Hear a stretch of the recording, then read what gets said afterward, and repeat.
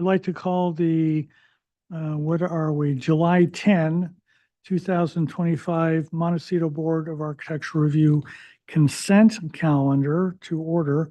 We have one item today, 361 Hot Springs Road. Is there anybody here to represent that? You're muted.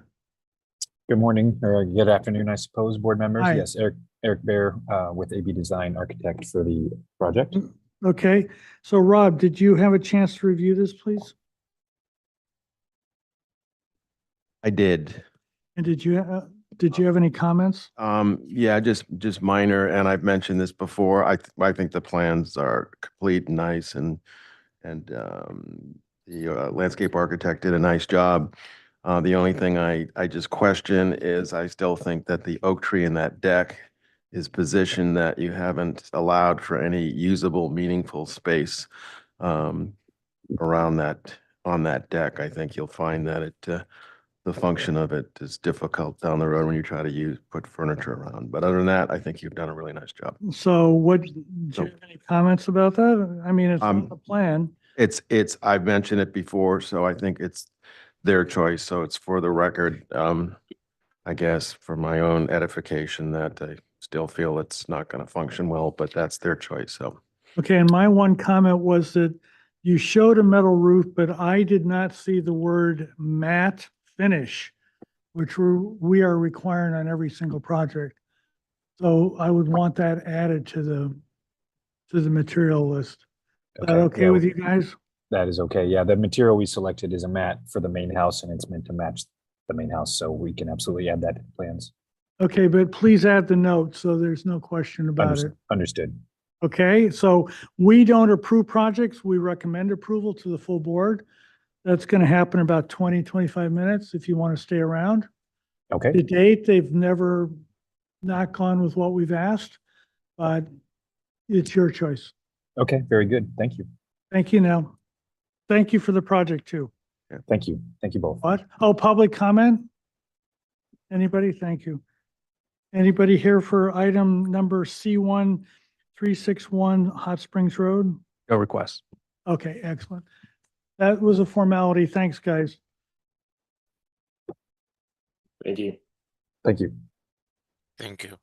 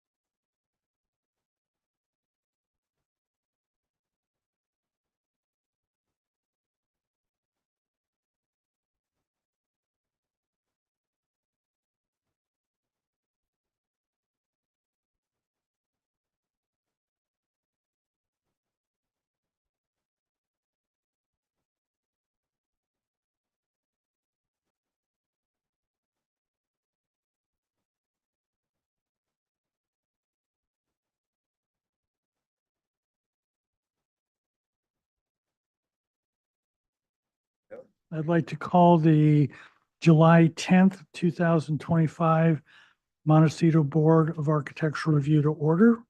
First item is public comment on an item that is not on our agenda. Is there anybody that would like to address the board? No speakers online and seeing no one rise from the audience. No? Yes, no speakers. Agenda status report. Any changes, please? No changes for today. Minutes of the 26th. Anybody got comments, please?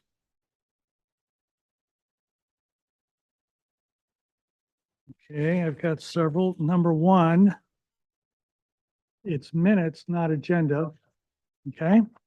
Number two, in 565 El Bosque, we had a discussion item.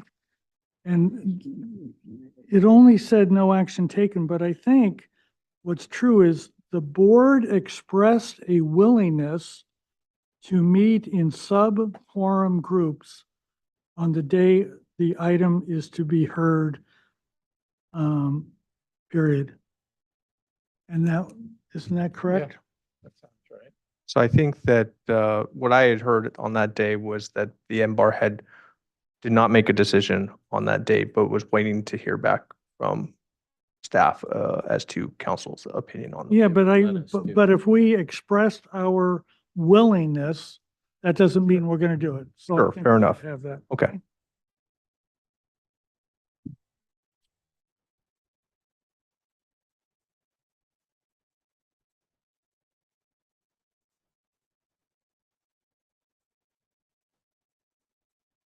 And I had no other comments. Is there anybody else? I'd like to move for approval of the minutes of the, as amended. Is there a second? I'll second that. Any further discussion? All those in favor? Aye. All those Aye. opposed? I abstain. Rob Fowler abstains.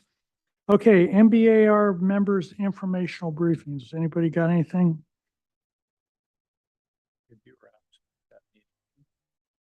What's that?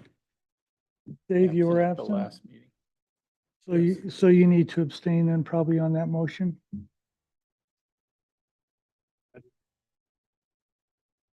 MBAR members informational briefing?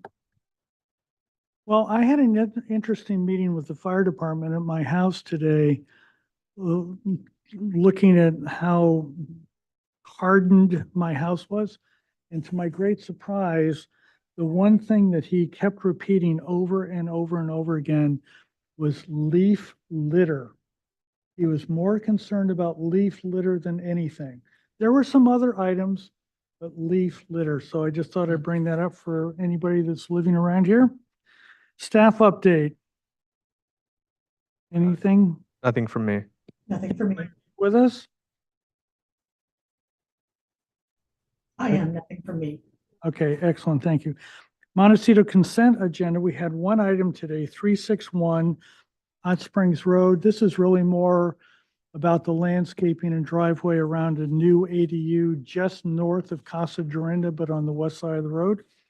And we felt that the project was good as submitted, with the exception that the applicant shall add the description of the metal roofing to have matte finish.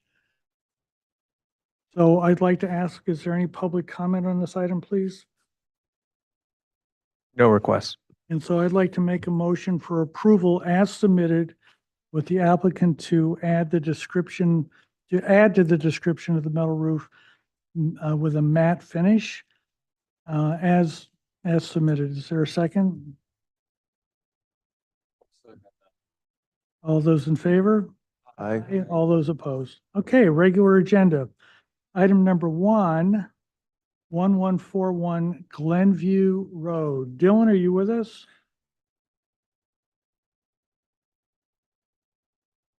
You know how to turn on the mic? Okay, excellent. Thank you.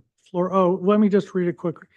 Study options to screen understory and or provide documentations of photosim confirming visibility, restudy deck layout, consider consolidating decks varying width, fenestration, or other options to eliminate long, continuous deck lengths, reconsider and refine architecture. Dylan, floor is yours, please. Perfect. Thank you, Dylan Henderson with Assault Architecture. So just to get everybody up to speed with this application again, there are some renderings on the front, which I'm going to return to, but if we can go to page 8 of the PDF, please. The first purpose of the application was to clean up the accessory dwelling unit, which is on the ground level of this house. Which we don't talk about here. We're not legally permitted to do that. Correct, right. But what I was going to say was I had originally proposed decks off of this lower story that have now been eliminated. So this is part of the elevation study that we'll get to. I think the comment was restudy decks, decrease the sort of linearity and the length of those decks. And so these decks on this level have been removed. If you go to page 10 of the PDF, please. Yes, so the upper story here shown on the left-hand screen on the bottom of the page, the new deck is facing the ocean, so south, and you can see there what we've done to reduce that. Originally, it was much longer. We were connecting the primary bedroom deck to the living room deck.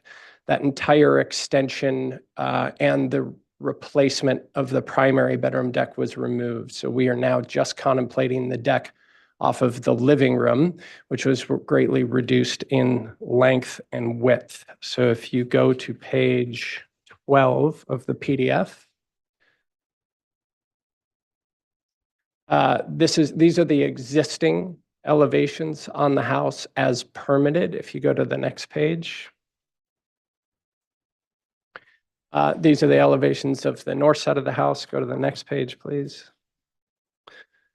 And this is the revision to the south side of the house. So we do have the extension of the staircase down to grade at the lower level, which you can see an arrow pointing to, and then the deck off of the living room. We're proposing changing out some existing doors that are in that location with a bifold setup so that they can get more of an indoor-outdoor feel. It will be going right onto this south-facing deck. That south-facing deck will connect to the deck on the east side so that they can circulate from that deck to be able to communicate with the story at grade. If you go to the next page, please.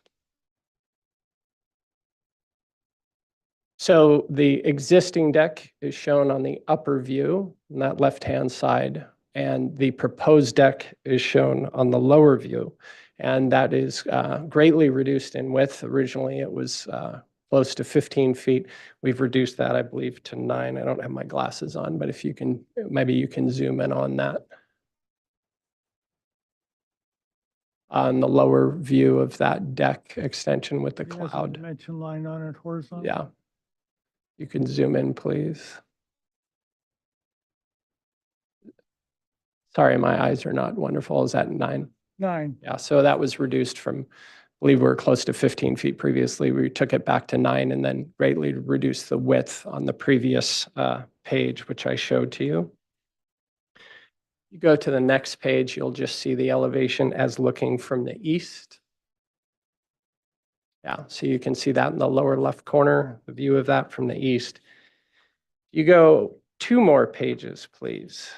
Or actually, just 1 more. Yeah, that's perfect. So in talking about the screening, so just to sort of reiterate, all of the decks were removed off of the lower story. The connection between the 2 upper decks was removed.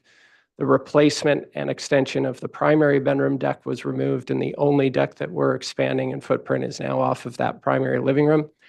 If you remember from the first application, we had columns supporting that deck, and in favor of the cleaner architectural solution here, we are going to cantilever that deck, which is obviously much more invasive from a construction standpoint, but the client was willing to consider that just to clean it up visually. The other comment that the board made was about the visual screening. And so on the downhill side of this house right now, there is nothing. It is just a denuded slope, which grades out to this sort of canopy of trees down below. What we're proposing is coming in with some serpentine landscape walls that tuck into this hill site that allow for some terracing. Obviously, we have fire considerations from distance from house for these trees, but these trees would be planted along with some pathways so that they can circulate. If you go to the next view, please. Visually, this would be the goal, is to, obviously we have to keep, a safe distance from the house for fire, but we would create these terraced landscapes so that from the downhill side of the house, you create a nice level of screening. It reduces the vertical nature of the home and provides for circulation through the site. If you can go to the next page, please. These are views that we were asked to consider. This is along Alston Way. This is the only spot along Alston, if you were walking or driving, that you have a view of this house. It would be up the driveway of the house below, and the view corridor, as you can see here, if you want to zoom in, you can see that it sort of barely catches the upper story and roof line of the house. The tree canopy vegetation is very dense, and there's quite a bit of vertical gain. So really, the screening we would be doing would be for the benefit of someone in that backyard. There's so much dense foliage between this house and Alston, which is the only public view of the home, that it would potentially add to it with the additional trees we've got. But this house is very difficult to sort of ascertain from Alston Way when you drive by. This is the only spot that you have a view of the home.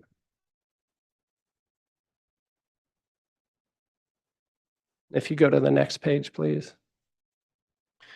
So this is a study of what we are trying to accomplish with the terracing and what currently is there. And then if you go, we'll go back and we can see what we're proposing, but you can, well, stay there for a quick sec. I'll just finish up. Next page, please. There really is no grade, it's just a continuous slope from the house down to the lot below. And so conceptually, we wanted to come in, terrace that out, create a fire-safe distance from the home for vegetation, and allow the clients access to this lower yard, which they don't have. So if you go back up a couple pages, it's to, yeah, this is a good place to stop. This is what we're proposing. And I think it helps a lot with the vertical nature of the downhill portion of the house. And I also think that the deck not having columns, which was the suggestion of the board, was appropriate, even though a bit more complex from a construction standpoint. I think it really cleans up the architecture and makes for a nice solution to the suggestions that we were given. Question, Stacy, please. Yeah, what are you doing on this side of the house? Are you keeping the gazebo and in order to access down through? Yes. What was it? David. Dave, No questions. it's just on or off? What do people want? This is way better. Yeah, okay. Robert, questions? Well, the most concerning thing is the downhill elevation to me. And did you consider more articulation, like with the roof overhang? Sorry, or I don't know what it is, but it doesn't. What's your question? Is there another way to articulate this downhill elevation that wouldn't be so severe? I can, yeah. So we explored quite a few material palette changes, right? So traditional architecture, you were doing this from the start. You would probably start with a foundation material and go to wood above, right? So if you go back to the existing images of the home, I think this would be helpful contextually. So this is page 2 of the PDF. So From a cost standpoint and an impact structurally, right? Because this home is sitting on its existing foundations, we really can't add weight necessarily without doing some pretty good support on the downhill side of the foundation. So stone sort of became not an option. If the idea was to come and put a different material on the lower story of the house, call it corrugated metal or something to that effect, we did explore that option. I think that where my clients got to was sort of a budget consideration of where they wanted to stop pulling the thread on the sweater, if that makes sense. So they want to increase the livability of the upper level of their home because that's where they live. But they didn't necessarily see the value in putting more money on the understory of the house in an area where you have zero public view. So the only people who would appreciate the understory of that house, again, would be someone who is walking on this property on the downhill side of the house, which, you know, is a valid point if you're talking about where to put your financial resources on a project. So we considered it, but it wasn't embraced, if that makes sense. Anything else, Robert? No, no more questions. Rob, questions, please. Could you, and maybe the landscape architect, is he here? He is not. I was just wondering about I saw like on sheet L, could you go to L 1.1, please? That would be third from the end, I believe, or third from the end.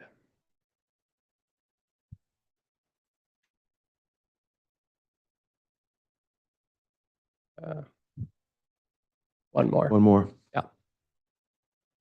So that image there on the bottom has a nice feel to it. And so I'm just trying to, and so I look in plan view, what kind of is the theme? What is the intent? What is the function you guys are after with the pathways? Does it go anywhere or does it have some kind of destination or what?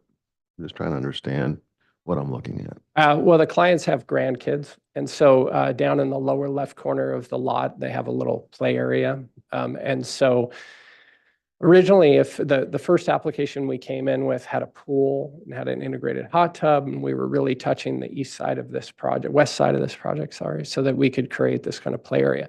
When we started to get budget numbers back, as all things these days, they started to really push them out of their comfort zone. So we decided not to do that.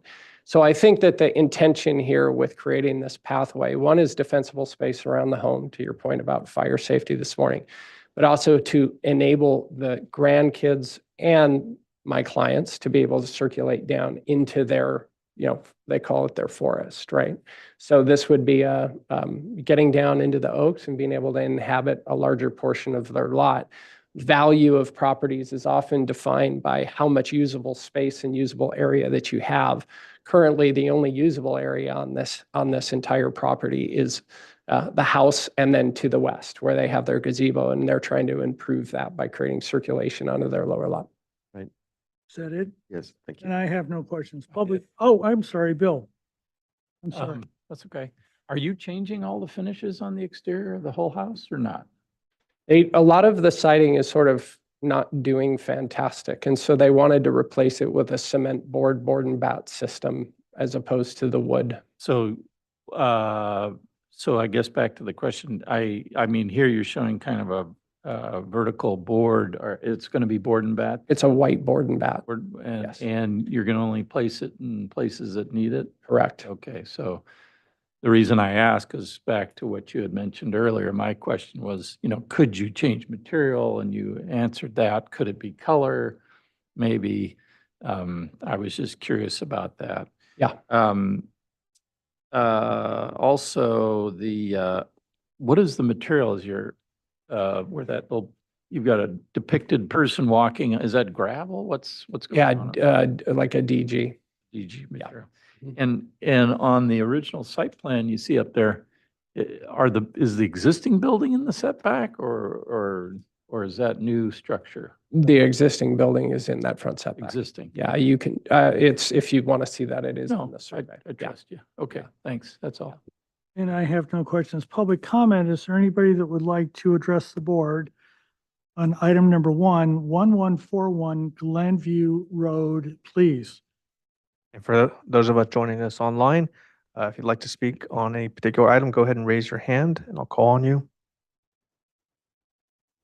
No requests. Okay, comments, same order. Stacy. Yeah, I think you have brought this project a long way from the last time that you were here. I could approve it how it is, especially since you took out all the posts and you're cantilevering out the decks, you've reduced the decks. It's really been simplified and it's very clean, which I think is very fitting with the style of architecture. And I think fantastic job on the landscape, bringing it up in the back. I can envision that you can now add to the bottom so it's more interesting. It has that potential, but I don't think you have to bring that to design review board. I think that's totally up to ownership, whoever lives there. I think it just opens up a nice slate for other things to now happen with the way that you've evolved the design. And yeah, I appreciate it. Thank you. Dave, comments, please. I agree with Stacy's comments. I don't have a lot to add. I don't know if there's the option to have some landscaping against that south wall there. Right now, you've just got the DG going right up to the house everywhere. I don't know if that's an issue of fire safety, but there was something there to help soften that. But again, it's not visible. My understanding, it's not visible to the neighbors of the community. So, and I understand you're doing the best you can within the budget constraints, so I can support the project. Robert. Well, I agree, doing the best you can, but certainly not an attractive structure. And I can approve it, but I know you can do better. So landscaping, materials, anything would help. That's all I got. Rob. So, I mean, I agree with what Stacy and Dave said, but I would kind of think that, for one, it should be a decorative gravel and not the DG. And part of what I see is I think you need, as I looked at the grades and stuff, I think you need some more stone stepways to make, you're just showing like one stone stepway and then you're ramping. So if it's DG or gravel, it's not going to work because it's going to slide. So you're in the right direction, and I think you could kind of further enhance that. And to Dave's point, I think there's little landscape elements, little like solitary aloes, things like that, that are not really, you could do a little spot here and there that would help that elevation, would not be a fire issue. And then to the same point, the destination, I think you should, when you get to final, just articulate that a little bit more. You could use, I mean, I like that look you have in that picture. And then, so I think you could use that same kind of palette of boulders and some of that landscaping, and then create kind of a sitting area where people are kind of have an area to gather and sit on boulders and so forth. And so just develop the direction you're going and put it on paper. So that's the way it's going to happen. Because I think if you leave it to chance, it's not going to materialize on that way. But no, I appreciate what you've done and I would support your project. Oh, Okay, thank you, John, for remembering. Yeah, I can approve it as it sits here today. I appreciate you showing us that it's not visible from below. I think as to Rob's point, maybe where the ground hits the plane of the wall, that can be dressed with a little bit of rock and a little more free form like you have the rest of the space. I think that's just as hard seeing that surface. We know we're going to be looking at that now for a long time, since the fire department doesn't want anything for 5 feet. So maybe that can be an undulating, kind of very loose, very organic edge, whether it's boulder stack, rock boulders or rocks or something, create a path and a little seating area and little planters, and just kind of soften that ground plane up, and maybe it'll make it better. So anyway, appreciate what you've done too. It looks really good. Thank you. yeah, I think that this is definitely an approvable project, number one. Number two, I think this has little or no impact to the community, which at the end of the day, I think is what this board is about. I want to tag on to what Rob said. I think that if you came in, have you ever had dinner at San Ysidro Ranch? Yes. And you know, down outside next to the parking lot, they've got this small pathways with olive trees over it. Yeah. I think something like that with maybe some kind of a sitting element around it. It's certainly, it's not required, but I think that you could create a space that's less contained. 9 feet is not very large, where a whole family and the kids and all that could hang out in. So, but I don't think that, makes any difference about the drawings itself. So we are on for concept today. Where do we, oh, and the last thing is, this building is awfully white, and we've been asking people for an paint color of LRV of 0.84 or less, so that buildings don't get too bright in the community. Low intensity, as it were. Okay, so LRV LRV of 0.84 or less. 0.84. Yeah, which is basically when you walk outside, it's the color that you see around you. That's what most of downtown is. Got it. Okay, so we're on for concept. What do we want to do with this? Pretty simple project. Give it concept approval and have them come back for preliminary and final on consent. Are you, Yeah, I'm everybody? fine with that, yes. Okay, so preliminary final on consent. Great. So it'll just be two of us, whoever it happens to be. Great. Nice job. Thank you. Thank you very much. Okay, item number 220 Hot Springs Road. Jasper, are you with us? Wait. Jasper or somebody else for item number 220 Hot Springs Road? I see them online, but Yes, I'm there we here. go. Okay, excellent. So let me read the comments, please, and then, okay, MBAR members cannot support the floor area ratio coverage, reduced size and scale, architecture inconsistent, design lacks cohesion, restudy, reduced size of entry, restudy design, study options to relocate or reorient garage 90 degrees, reduce paving, increase perimeter landscape screening. The floor is yours, Casper. Oh, okay, Thank- let me just read the comments. Reorient the garage. Okay, so I just read that. Okay, reoriented the garage approximately 90 degrees.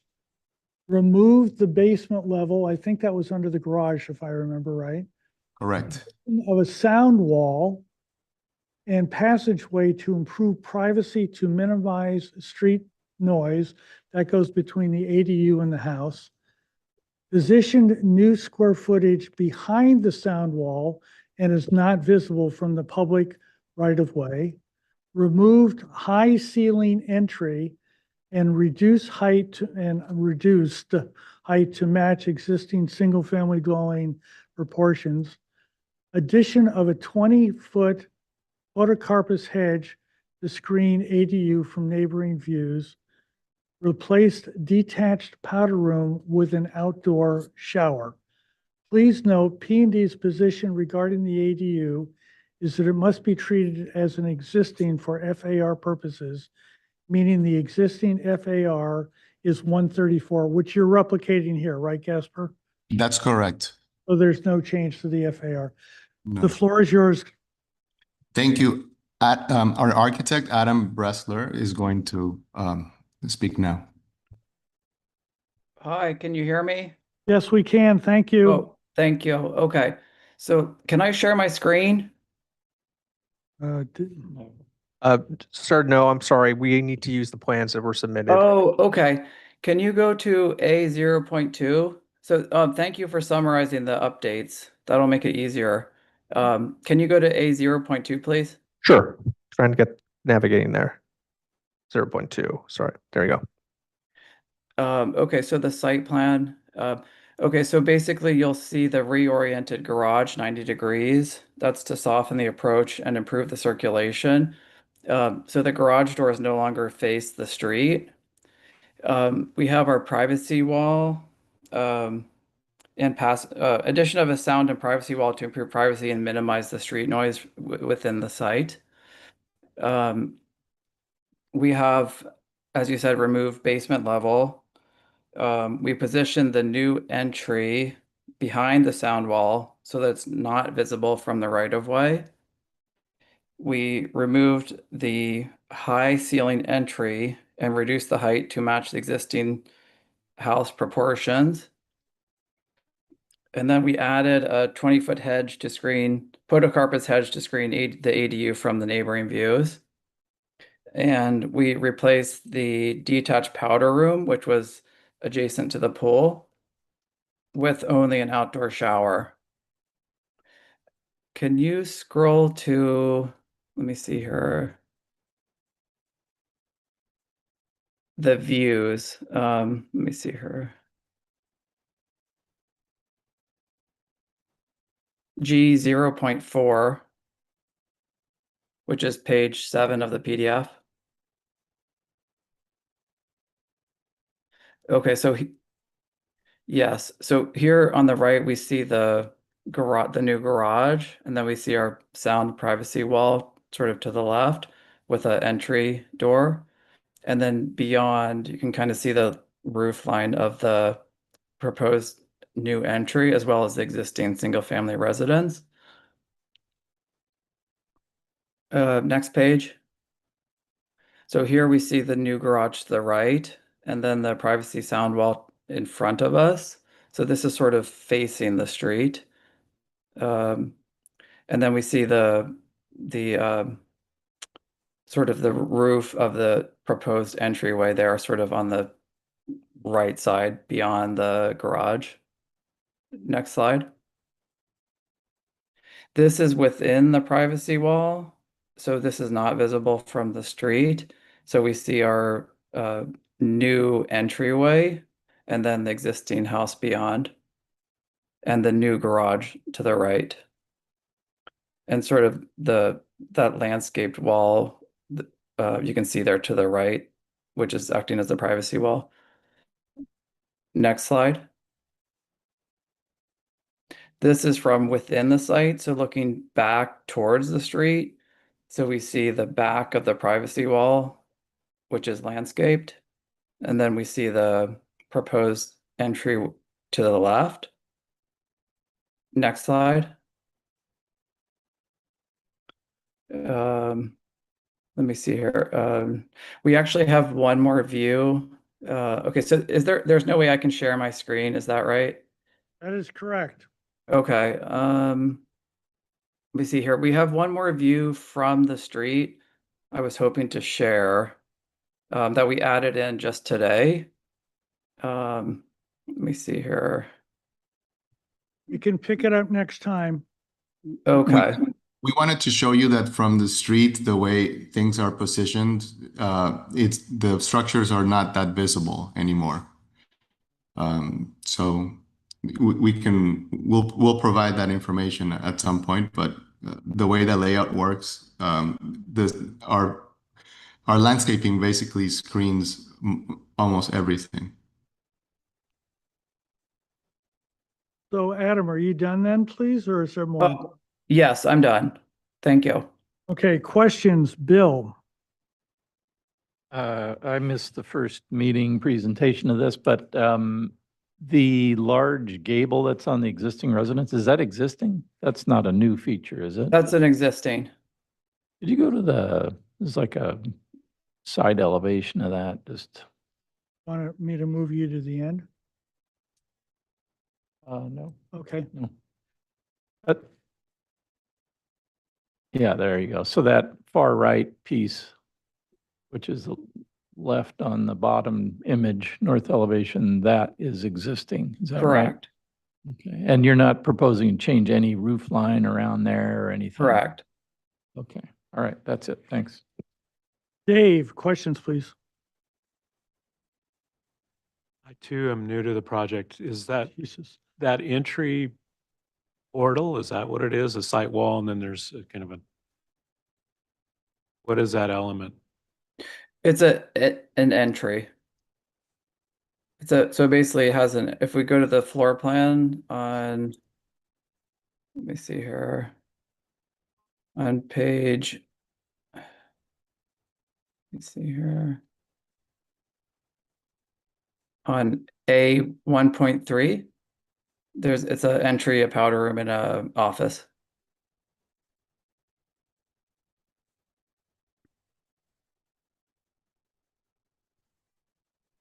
What I see there in the plan is it looks like there's an entryway that opens to a wall and then you turn. Oh, sorry, what did you say? I'm still confused. Is that an open entryway where the blue arrow is? Okay. I'm not seeing the blue arrow. Okay. So Are you basically, going to explain it? It is. Okay. That's, yeah, so there's the garage and do then you the- walk into a wall and turn left or right? The street and entry Correct. court right are over here. Yes. And right there is an exterior walled entry element. Then you walk down here, and this is the entry to the house. Okay. correct. I get it. Can you, Sorry about that. Look at G.05. I think that would help, Dave.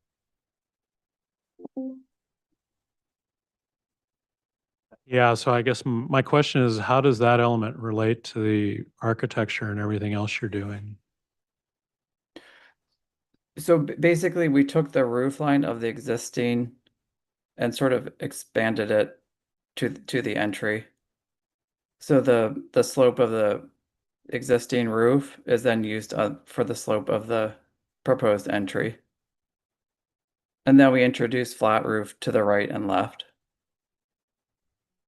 which relates back to the ADU. Okay, those are my questions. Robert, questions, please.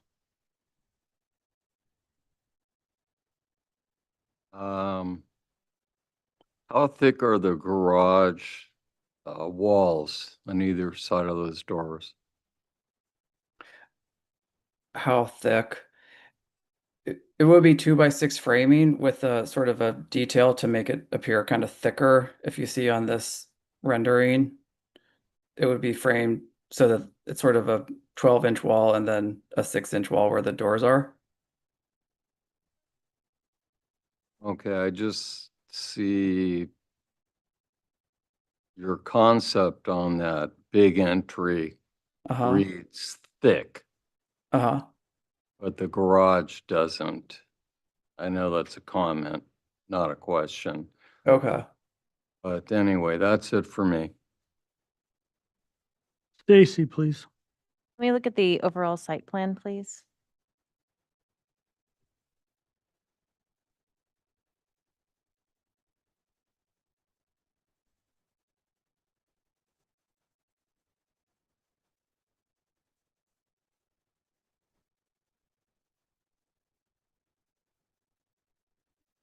I think it's, yeah, that. So how much distance do you have pulling out of the garage into that driveway to turn and get back out of the gates? The backup dimension, Yes, yeah. it's about 30. Okay. Is that enough, do you think, to then turn to the right to make that radius that I see off of the pedestrian entry without hitting that? Yes. Okay.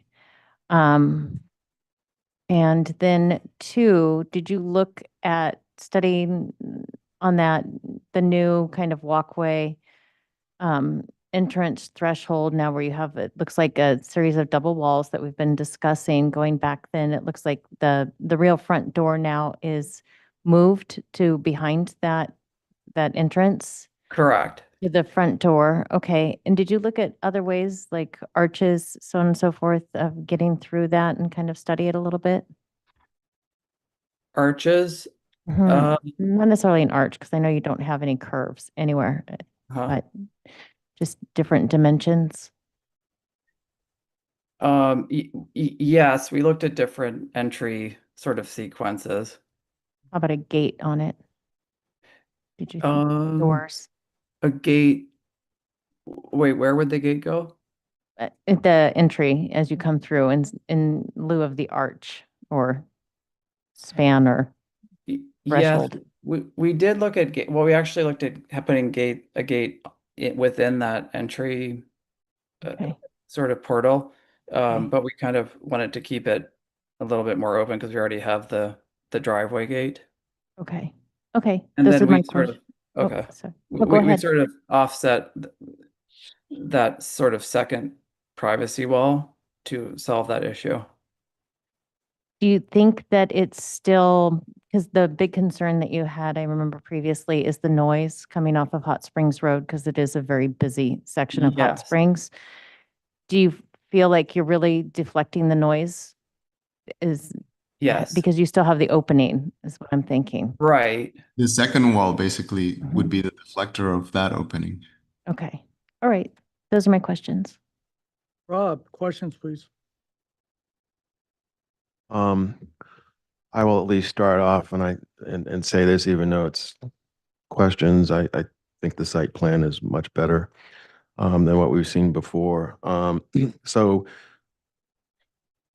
what would you say if I ask as to the portal, as to, is there a reason why that you didn't kind of try to tie that in architecturally, and why it kind of is its own, you know, well, just of a style that doesn't seem to tie in with some of the other roof or some of the other materials? What would you, so what would you say about, did you consider on that archway of kind of trying to make it resemble more of the other architecture? Yes, but we kind of wanted to introduce a little bit of a new language. Yeah. You don't have to go any further. So on the site plan, please. I just saw something. What is the, so you have this pedestrian walkway coming in on the lower left off of Hot Springs, and then you've got stepping stones that then depart. What is the purpose of the stepping stones? Um, Hi, this is Sasha. I'm the landscape architect, so I can answer mhm. that question. So in the area we have the stepping stones, you're underneath a grouping of oak trees and pittosporum. So it's a large shaded area, and the owner just wanted to be able to wander through that. So that's more of like an overgrown space versus the granite creep paths we have further into the site. Our trash bins are on the back, so that's more of a solid surface, and more people would be walking that. So one's more of a garden path, one's more of a usable path. Okay, and then let's go back to, can we go to the elevations, please? Thanks, Sasha.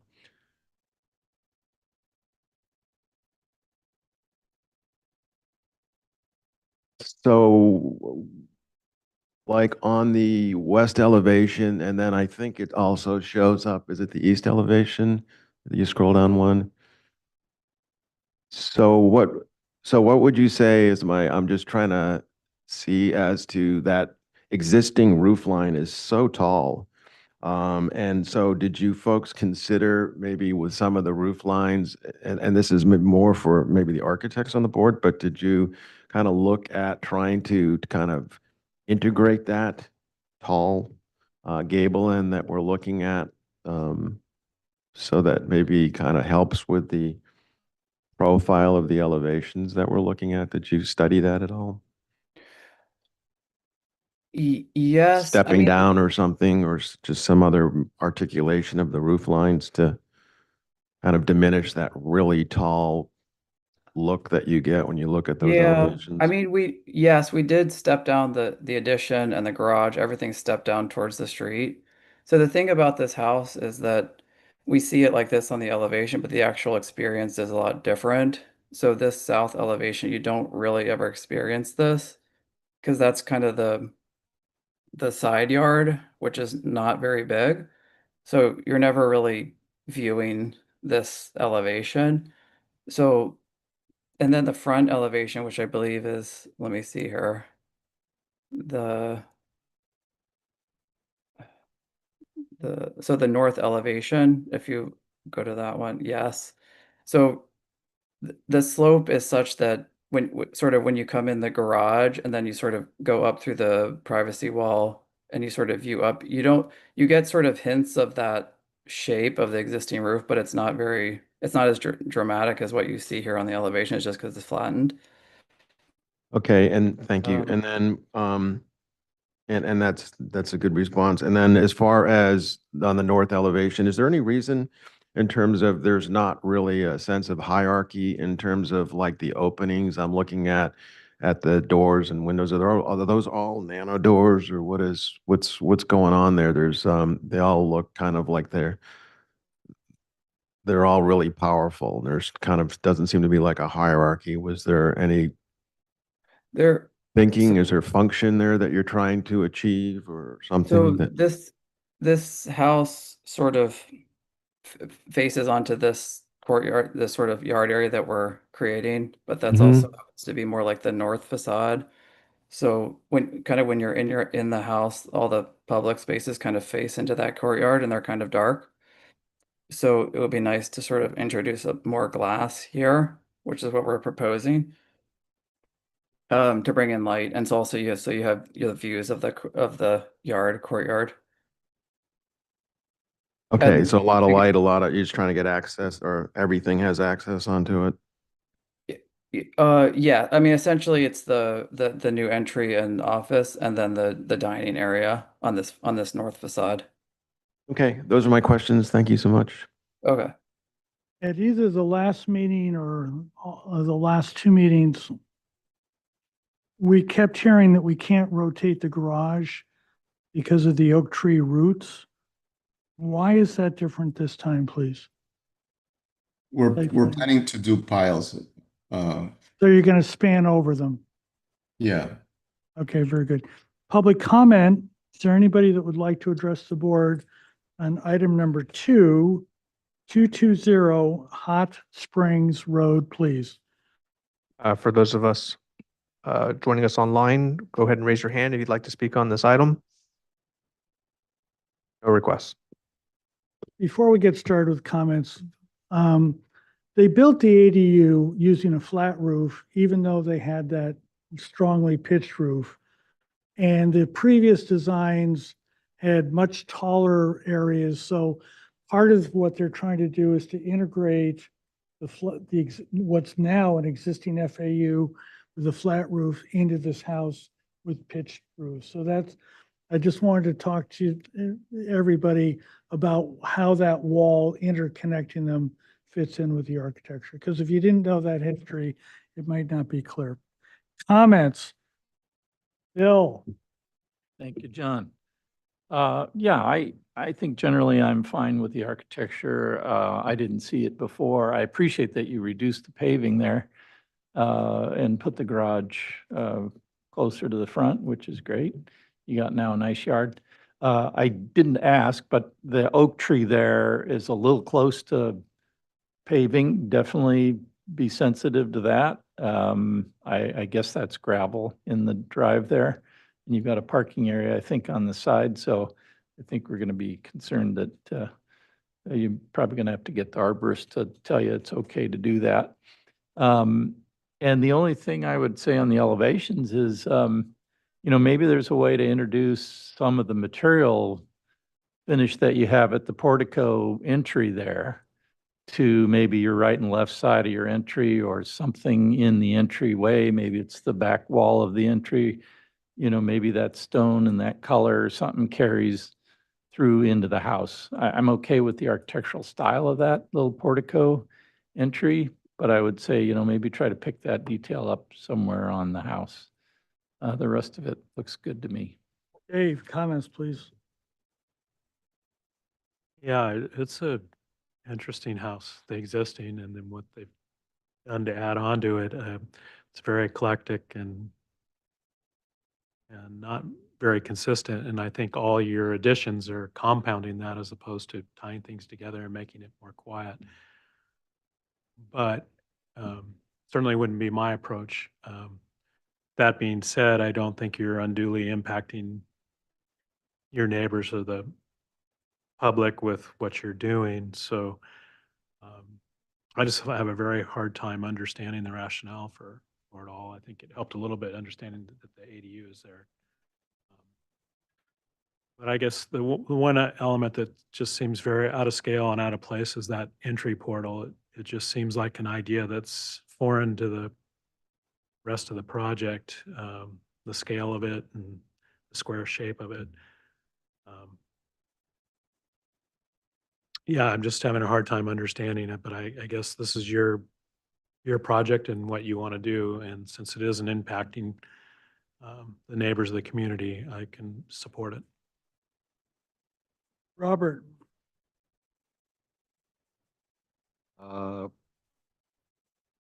I agree. I think the project is considerably better, but it is incongruous or inconsistent or something that I would not do, like Dave said. But if it's no impact, then I'm fine with it. That's it.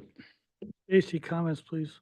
Hey, Dave, can you show us the 220 Hot Springs, the matrix that they sent on the response? The other file? Go to the bottom of that.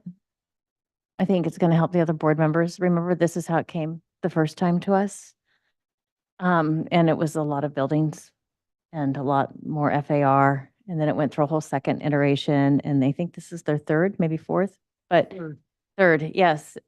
So that being said, I think you've brought it a long way from where it started originally, and it's really come down. And I think you've tried to address all of our comments each time, which I definitely appreciate. And I think I could, I could vote for it this time and move it along. I still like the portal. I think is still a little funky and still feeling a little like kind of nouveau Beverly Hills versus Santa Barbara, Montecito. Maybe it's like Bill suggested, a material or somehow relate it in another portion of the architecture, just so it's not such a standalone feature. Also too, I would suggest rather than like the water feature, maybe I would probably suggest putting doors on it. And I think it could be a little more interesting with really beautiful doors. But that being said, I would still move it to at least preliminary and support it. Rob, please. Yeah, I think, I do want to, I mean, it has come a phenomenal long way, and I think the site plan works really significantly better than where you started off with. And I get torn between letting you, not trying to interfere in kind of your, what you want to do as a designer. But with that said, like when I look at the north elevation, I mentioned like there should be kind of a hierarchy of the door, and then the windows should kind of maybe be a little more quiet, and that kind of happens in a few spots. I certainly agree with the archway. I think would be more successful if you tried to kind of tie it to the rest of the architecture. And then can we just go to the site plan, please?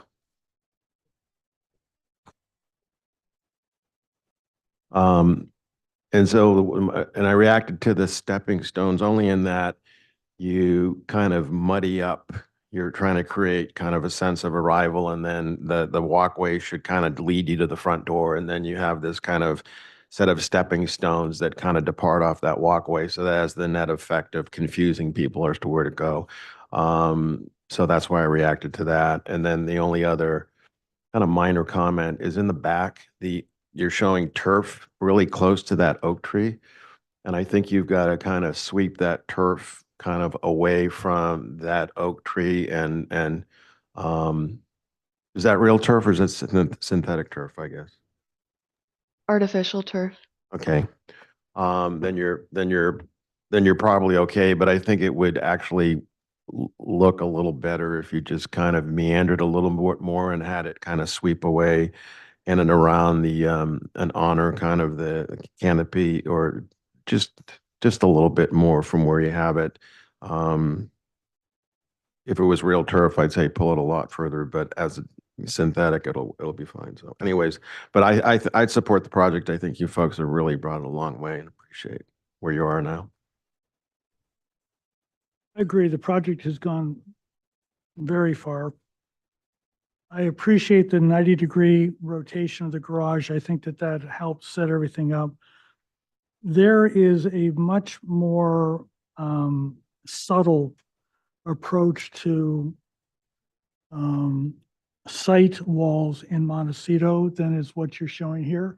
I don't think it's a deal killer, but it would tend to be a rectangular or probably a rectangular opening, but maybe thick, but with no projection. Simple would be my word for it. That's number one. Number two, I assume that the paved area out in front of the entrance is some kind of outdoor dining. And if it is, that's great. If it's not, I'm not quite sure it's there. And, you know, I tend to be more landscaping, less hardscaping. Number three, for wool calls, we ask that you use the optimum column, not the smaller number, but the larger number, so that when the next drought comes and we have to cut back water, the plants will still survive. And there's a lighting ordinance that I believe has come in effect since the last time, exterior lighting ordinance, since you guys started the project, and it's really wants to keep the dark sky dark and keep the lighting on the property way down. I would highly recommend that you refer to that so that we don't have to go through multiple iterations just on the lighting. So besides that, I want to thank you for all the good work you've done. And where do we go from here? Lady and gentlemen, please. There is no concept approval. Oh, okay. Yeah, preliminary, final, back. Full Full board. board, yeah. Yeah, okay. So the ability to have final gives you the opportunity to achieve it, but that's a fairly high bar to cross. So, but we're going to give that to you at the next meeting, assuming that you get the preliminary, which I think you're going to get next meeting. It may require going to consent to get final, but again, thank you. We'll see you when you get back. Item number 3, Ms. Jones, Crane School, 1795 San Leandro Lane. Good afternoon. Heidi Jones, agent. I'll pass it on to Elena with Blackbird to walk you through the How plans. would you like to either lean forward or bring the mic closer to you, please? Yes, sir. Do you want me to repeat? what I Forward said? also. You have a light voice. Please. Heidi Jones, agent for Crane School. I'm going to pass it on to Blackbird to walk you through the project plans. Your mic is up. There we go. Sorry, apologize. Hello, yes, Elena Frazier with Blackbird Architects, Ken Radke here, also with Blackbird Architects, and Bob Ingersoll with Crane School. Chairman, board, thank you for your time. This is the first time you're seeing this project for Crane Country Day School. I'm sure most of you are familiar with it. K through 8 private school located on San Leandro Lane in Montecito. Campus is about 10.5 acres in total. And the project that we're presenting today is for a relatively small 2-classroom addition onto an existing classroom building that's located kind of in the southern and to mid portion of the campus that you see here in this full campus plan. Just one thing to kind of point out about how the campus is organized, which is one thing that's really lovely about Crane.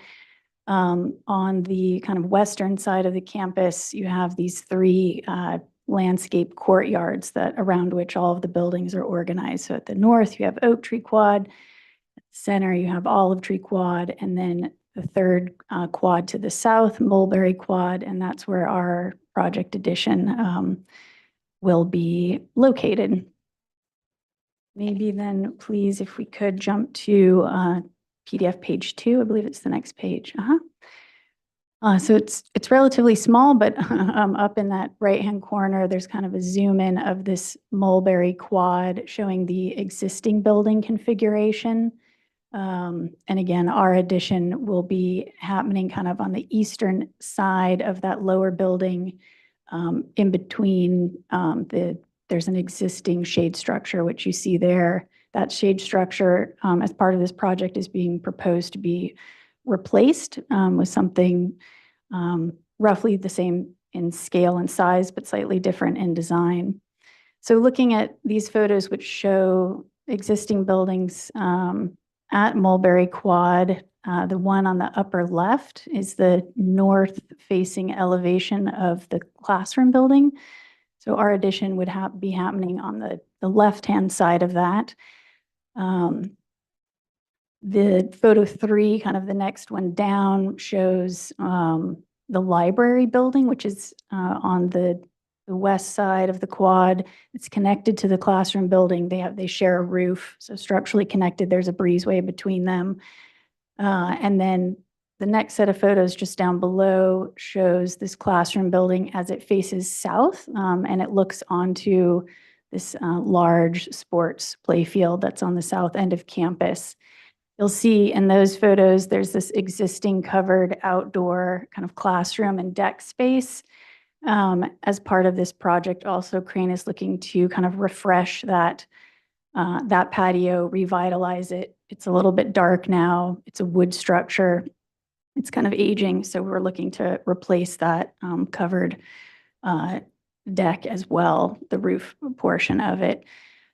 And just to comment on kind of, you'll see the palette of the buildings here. This is very typical of other buildings on campus at Crane. They have a very consistent material palette. So this painted kind of light beige stucco, painted wood or sometimes metal doors and windows, and then these asphalt shingle roofs. The majority of buildings on campus have this palette, and our addition would be, continuing in that tradition.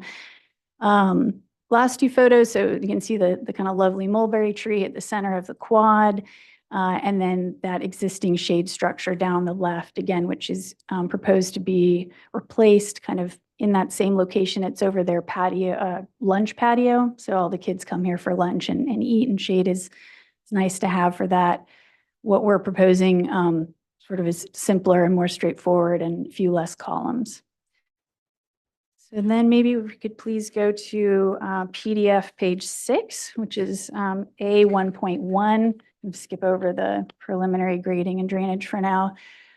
So enlarged site and architectural plan, existing buildings in white, the 2 proposed classrooms shown in the gray there on the east.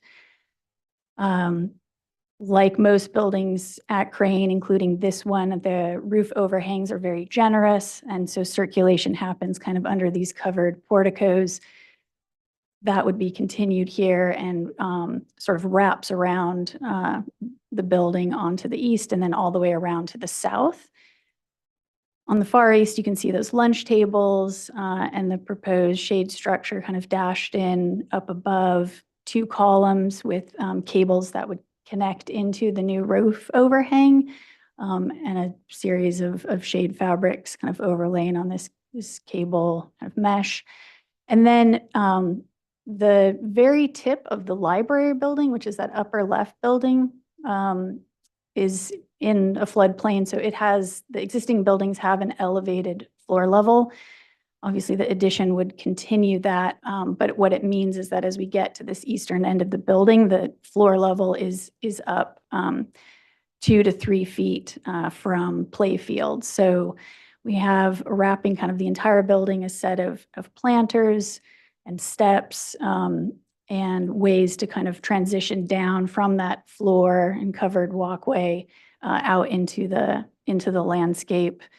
Again, there's so the mulberry tree you see there in the quad. There's also an existing sycamore up there in the upper right near the lunch area that also would remain, maybe protected in place. And then lastly, we're proposing how this row of 6 trees on the south side that would help shade both the outdoor deck, the seating area, looking out on the lawn, and then also into the classrooms. That existing classroom on the west actually their shades are down all the time because the roof overhang is pretty short on that side. So trying to give some additional shade to both classroom and outdoor spaces.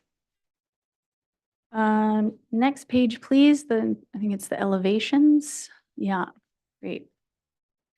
So here, again, just to kind of help clarify what's proposed and what's existing elevations just in black and white, and then the proposed footprint rendered in colors, kind of, again, matching that existing palette. So roof ridge lines, slopes, overhangs, et cetera, all matching existing building.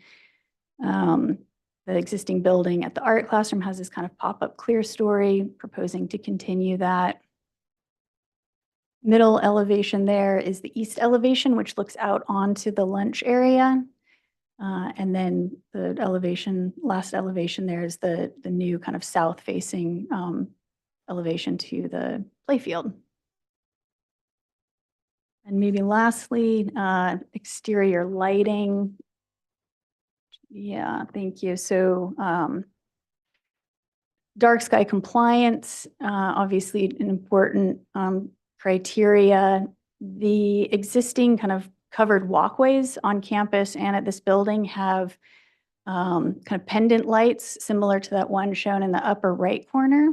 So we'd be proposing to continue those down and around under our covered roof areas through glare control, color, temperature, et cetera. It's our understanding that those could meet the dark sky compliance requirements. Some recessed in-wall lighting at the steps.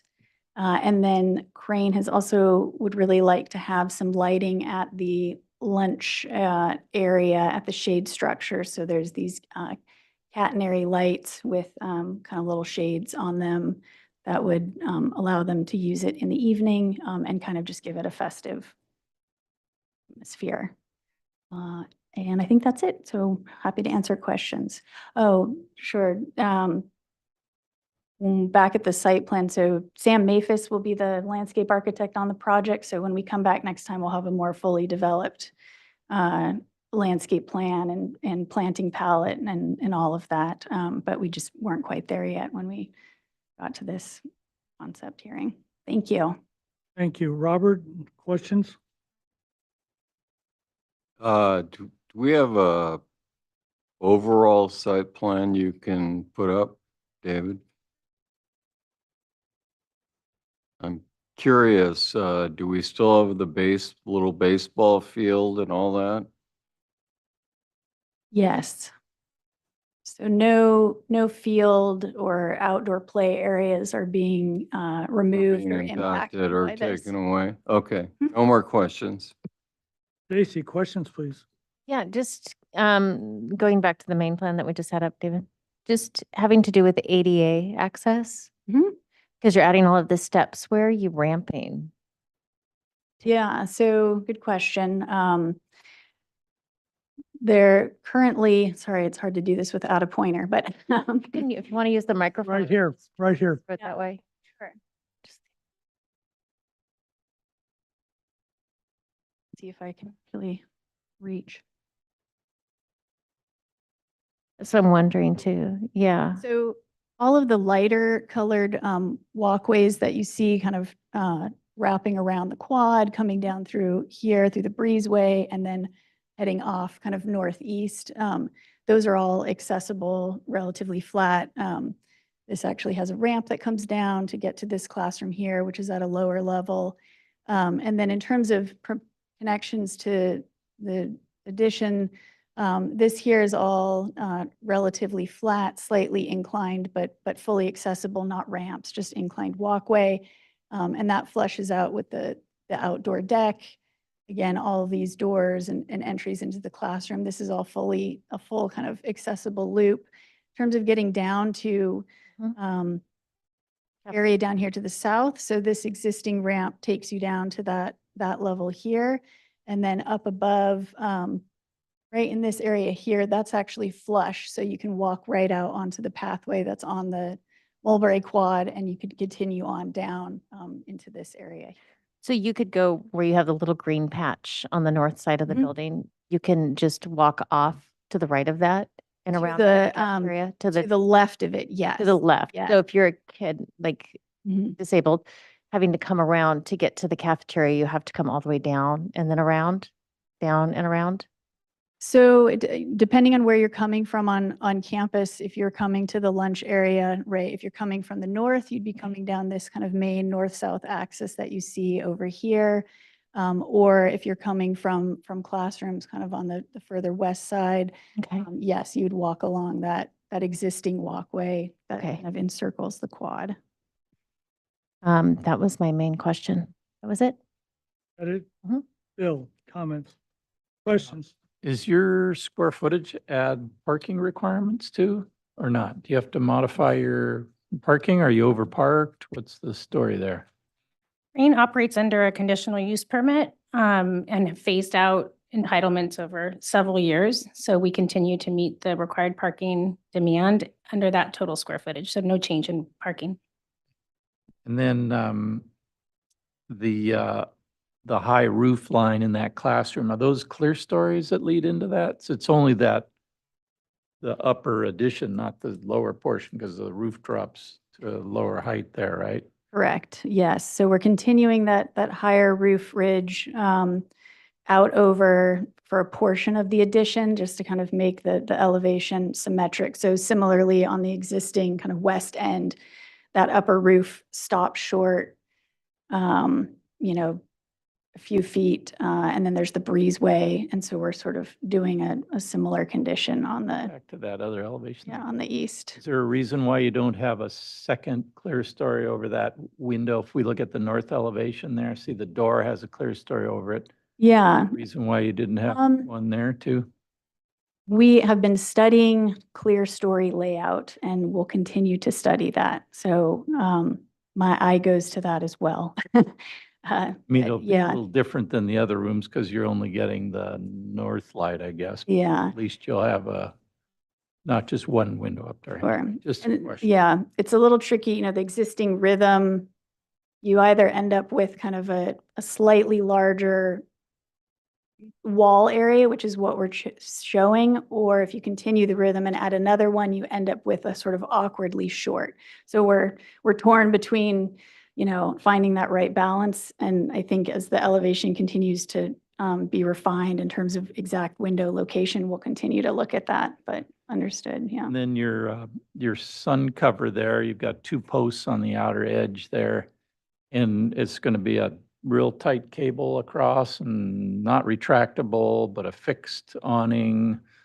And it'll have smaller modules probably, so it's not flapping in the wind, I suppose. That'll be Yeah. a detail you'll come up with at some point. Yeah, and actually the place where you can sort of understand it best, if you go back to our cover sheet, the first page of the PDF, and then zoom in at the top. Showed in plan kind There's a of. little outtake from our 3D model up in that corner. I don't know if we can zoom in on that at all. Oh, but yeah, yeah. that gives a That's- better sense of Oh, it may go. how we're kind of envisioning it right now. So, right, so there you see the two posts on the east end, and then the cables that are running back to the new roof overhang, and yeah, a series of a likely rectangular fabric shade pieces. Thank you. Uh-huh.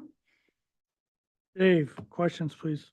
I think you answered my question when you answered Bill's question about the parking, but the proposed development meets all the zoning and conditional use permit without any modifications or anything. That's correct. We have to process a substantial conformity determination for the permit, but it should all line up. Nothing's inconsistent. Thanks. Rob, questions, please. Just a couple, actually that image right there of the corner steps. And then I look at the plan view and you're showing handrails. Are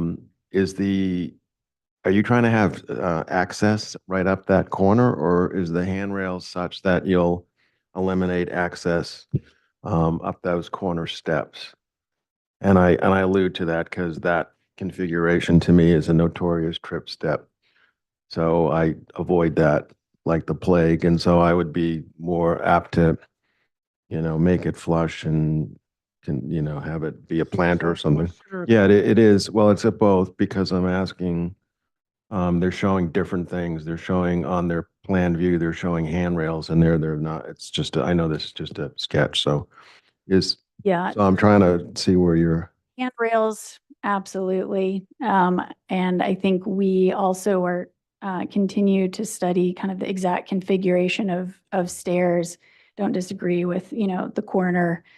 Is its usability, its functionality. We definitely want to maintain access both kind of on this north-south. Mhm. Actually, this covered walkway lines up with this very important north-south axis that continues all the way up campus. So we definitely want to keep that southern access. And we'd also like access down to the lunch area, but I don't think that it has to be in this exact corner Okay. stair configuration. And maybe I'll expand on that in comments, but, and so my only other question is, you were showing the pendant light. Could we look at that, please?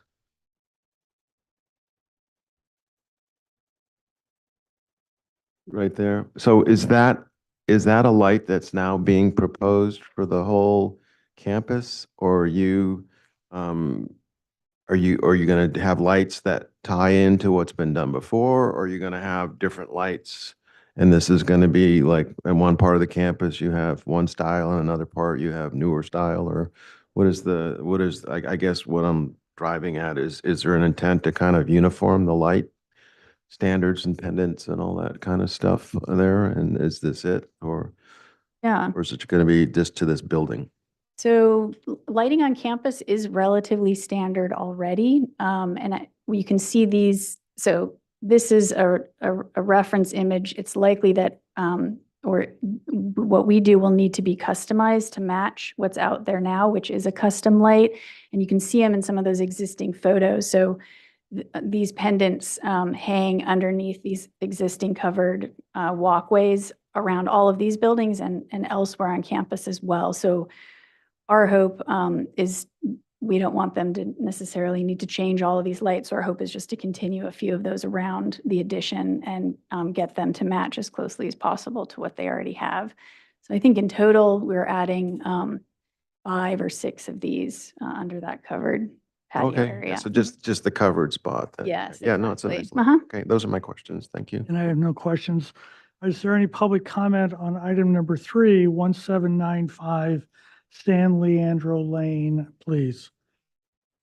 For those on Zoom, raise your hand if you'd like to speak on this item, and I'll call on you.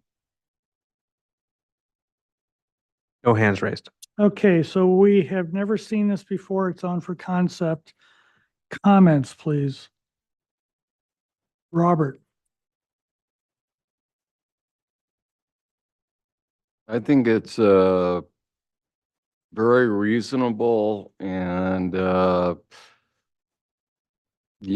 it's going to be helpful for the kids, and I don't have any problem with it. Really, it matches the existing architecture. The covered area is going to be a real asset. I totally support it. Stacy, please. Yeah, I mean, I think everything is compatible with the rest of the campus, and it's a really modest request. I think I could support it. Biggest thing is the ADA accessibility coming off of this end, if it's, kind of equal to the other, just for the code. That was why I was asking, but I think overall it's a good design. That it? That's it. Bill, please. Yeah, absolutely could approve it as it is. It looks great. Think about the clear story. It doesn't matter one way or the other. If it works good, mostly from the interior, but everything else looks great. I could definitely give it concept review approval. Dave, please, comments. I agree. This is a thoughtful, sensitive design, and that's very consistent with the rest of the campus. And I think you're adding amenities that would be really great for the students. So I can definitely support where you're headed with it. Rob, please. We just scroll to that corner step, and then as you're doing that, yeah, no, everything's fine. It's really nice, and I completely support it. And I just think that corner is move the handrails out as far as you can, and then that's an opportunity to do a on-grade planter at the upper level that would be kind of nice. So other than that, I completely support your project. I share Stacy's concern about the handicap ramp. The ADA, which does not really directly apply to this project, was passed for two reasons: economic advancement of people that are in wheelchairs, and it's a civil rights act. And I think that people that were enjoying the east side of this down below wouldn't be treated equally to those people that can walk if they're in a wheelchair. And I'd ask you to go back and look at chapter 11B a little bit more carefully, and also maybe talk to the building department about it. Now, sir, here's the problem. If I'm right, and if they don't do anything about it, the school gets sued along with these guys. So I would, and I would think you would want to be welcoming to all parents and all children and all friends. So yes, they're uglier than sin, but that's why they're hiring a good architect to figure out how to not make it that way. But I think that you do need to do something there. How do we want to next preliminary final full board? Yeah, sure. Yeah. Okay, very good. Thank you very much. Ken, it was wonderful hearing from you today. My pleasure today. Thank you all for being here. Thanks so much. Yeah, keep it down, bro. So chatty. Item number 4, 802 Oak Grove Drive.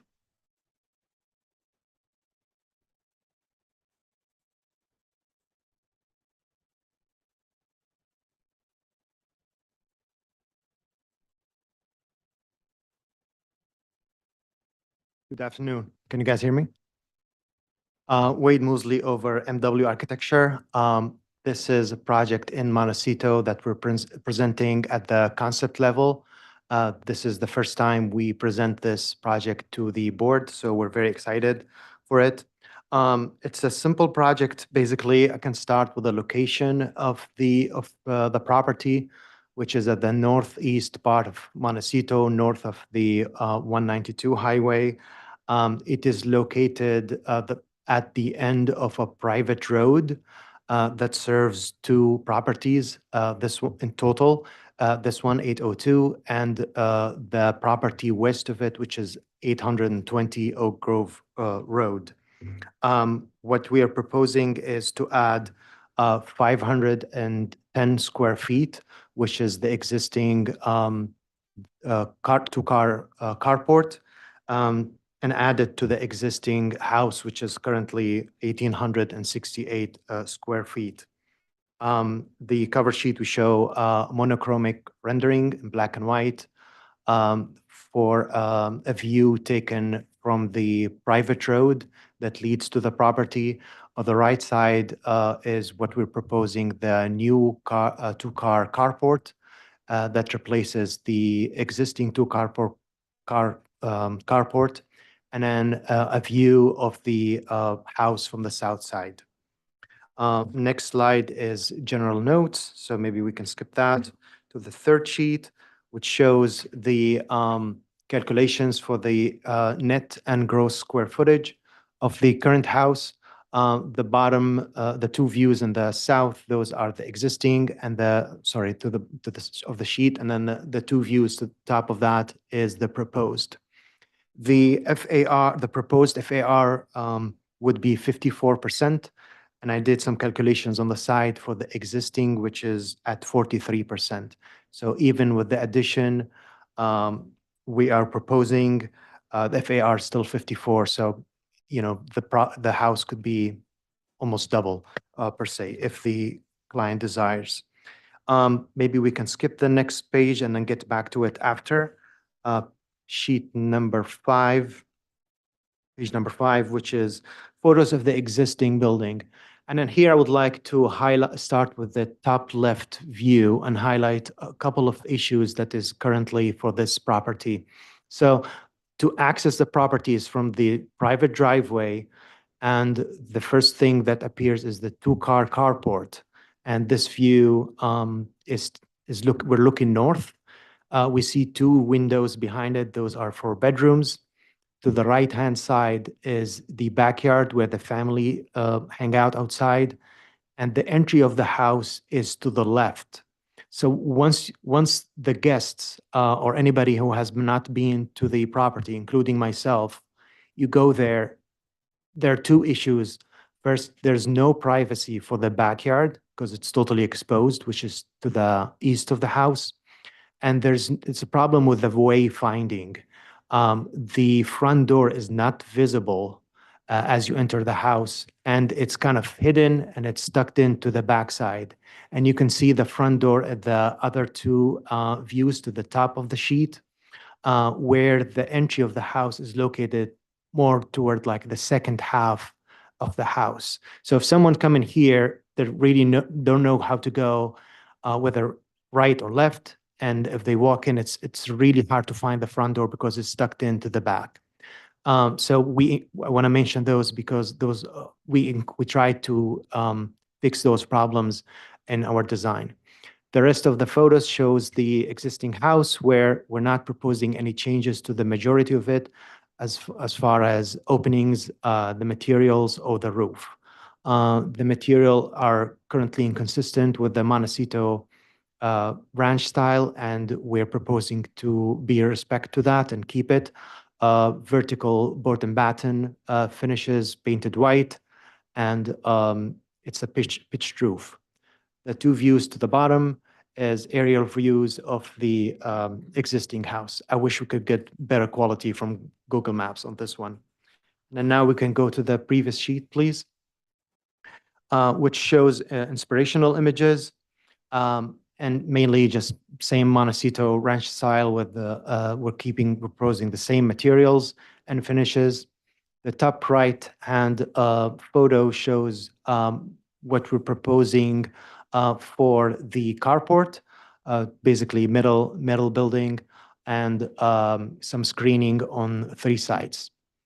The photo to the bottom, to the left, in the middle row, that shows the standing seam, and which is metal, which what we're proposing as the roof material for the carport. We move forward with the slides to the page number 6, which shows a survey of the building. And I think we can talk about the next slide because it's a little bit more clear, which is the existing site plan, where you can see the private road to enter the property on the southwest part of the lot. And it has a hammerhead turnaround for cars. And then you drive up toward the existing carport garage. And probably it's here a little bit more clear how it's a little bit misleading and no privacy for the backyard where the family spend time, and then how to access the house, which you got to go around that structure that is heading north-south. There are a bunch of beautiful oak trees that we're proposing to keep all without eliminating any of them. The next sheet is the proposed site plan, which shows the location of the new carport. And then we're proposing the addition of the house. Since this is an interior lot, and we confirmed that with the planner at the county, the setbacks are 10 feet maximum, and we totally meet the required setbacks calculations. One thing to mention, in the east side of the property, there's an existing creek, and the property slopes downhill toward that, and we're significantly far from it.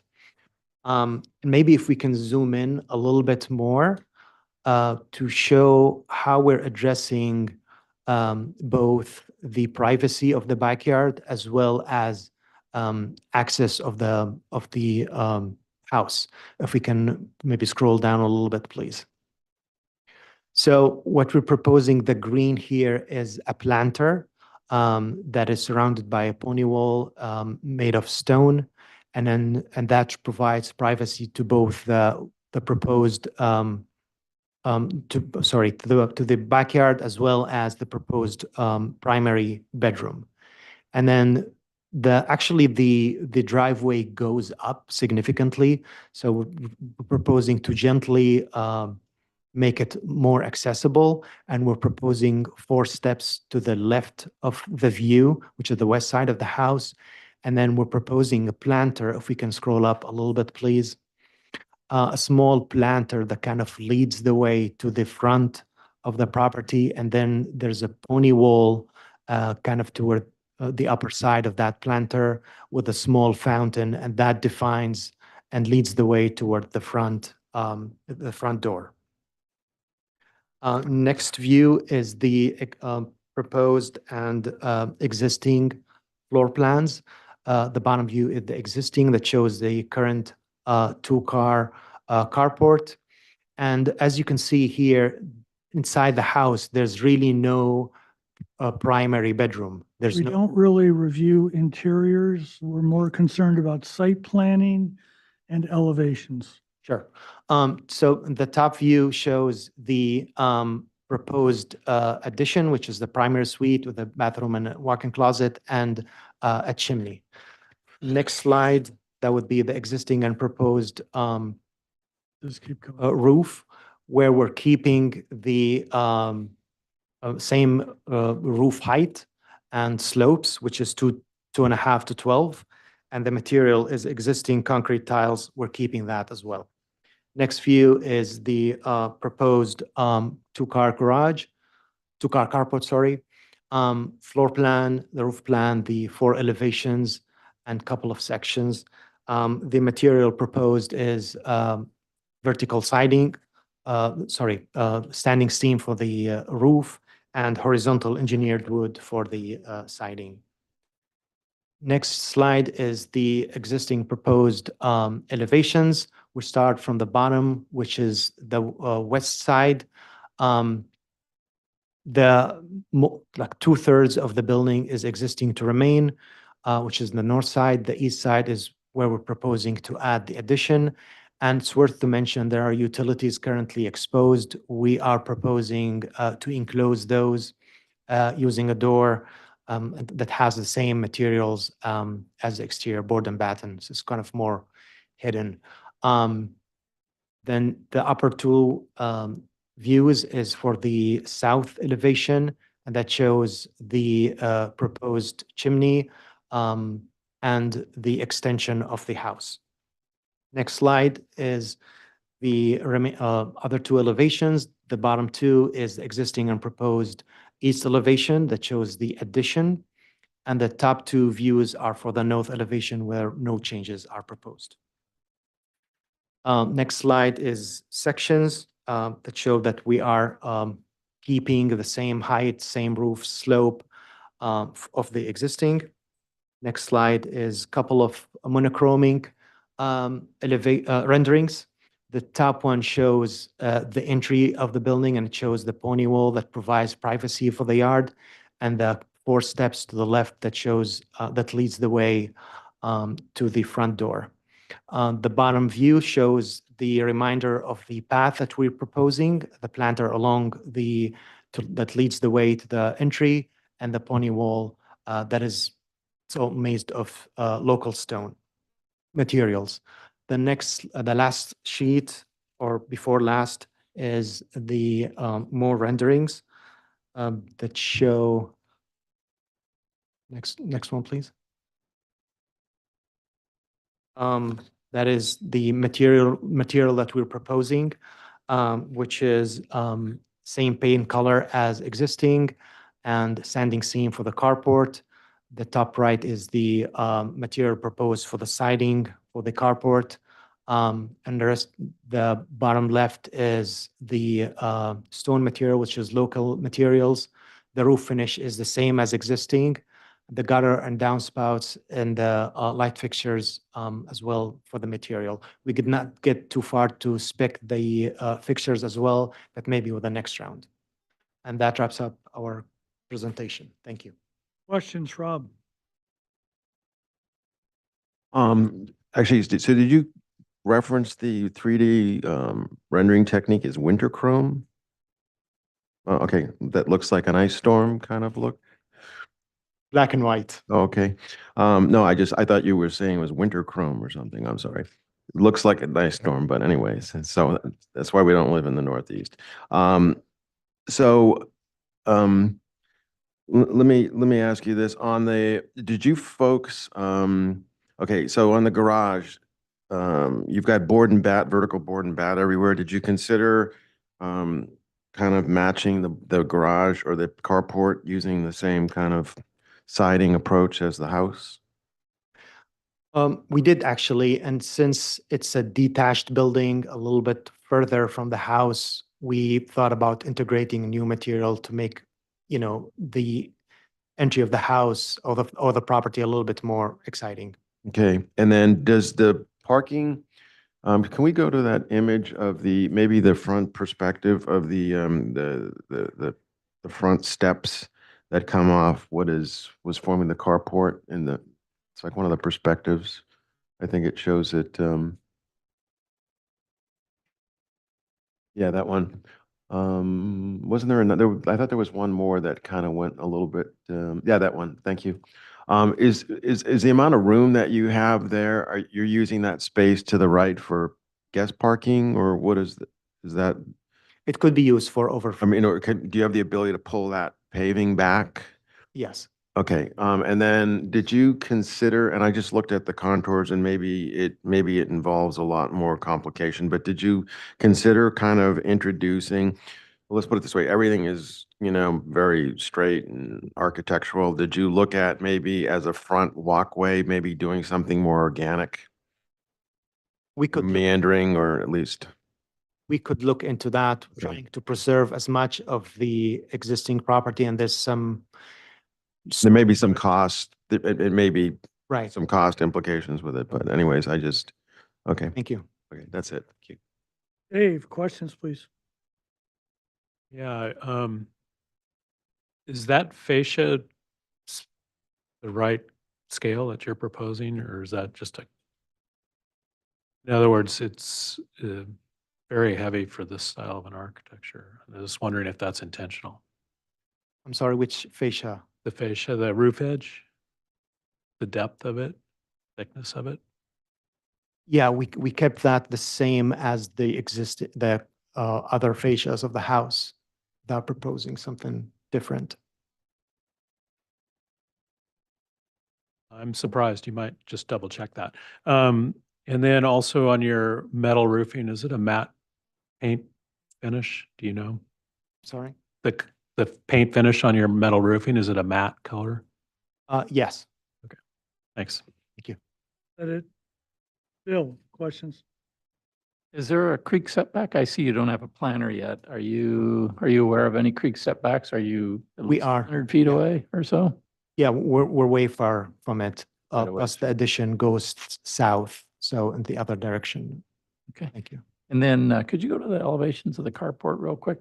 Did you consider the idea of doing a pitch on the carport versus just a single shed? Match the house pitch, the carport, or gable, I mean, yeah. Yeah. A gable versus a We are open to the explore that. elevation of that carport, Dave. The new one. That's the existing there. It's got its own sheet. There you go. And the pitch of that, two things. One is the slope of that. Does that match the existing house roof pitch? Yes, 2.5 to 12. And did you consider the idea of doing a gable on it versus a slope? We can look into that. You did? We did, and then we can reconsider it if that's, yeah. Okay, all right, thank you. That's all. Robert, No questions. Casey, Yeah, can we look at the overall site plan of the proposed with the carport on it? There we go. So it's very close to the setback line. Is there a reason why it's so close in and possibly not pushed a little bit further away from that oak tree, going a little bit more northeast? Yeah, we could look into that. We want to be considerate for the client in case in the future they want to add an ADU in that location, and also to be in respect of the existing oak trees. That's what I was wondering, is because it's so close to the oak to the south, if you didn't move it a little bit more northeast up, just along that line, if it might be less impactful, it's kind of more of what I was asking, Okay, we can look into that. and out of the setback. 'Cause Right. it's definitely crossing into it a little bit. Yeah, the roof overhang is, Yeah, it's definitely walking a fine line versus where the post is. It's probably right on Right. the setback line. I can see it, so. Um, that was my main question, and then it just looks like it's up into the steps to the entry. And it's just the normal eave coming underneath it, and that's just concrete coming out at the entry right there, just more, or stone paving right. That is to the correct. front door. Okay, that's it. I don't see any guest parking. Have you thought about that? The area where the right south of the stone wall, that is fits two cars actually. But it doesn't look like that's possible, and the fire department turnaround. Because the fire department doesn't want anybody parking in their maneuvering space. So have you gone to the fire department yet? We have not. Okay. Public comment, is there anybody here that would like to address the board on item number 4, 802 Oak Grove Drive, please? For those on Zoom, raise your hand if you'd like to speak on this item. No requests. Okay, so this is the first time we've seen this. Comments, Rob. I like where you're going with everything. I can support the project. I think, I mean, the fire issue may be, that may be a little bit more complicated to resolve. I think the long lineal nature of the structure, I mean, first of all, how you've kind of moved the garage and carport, and then now that you don't drive up to cars and all that is really nice.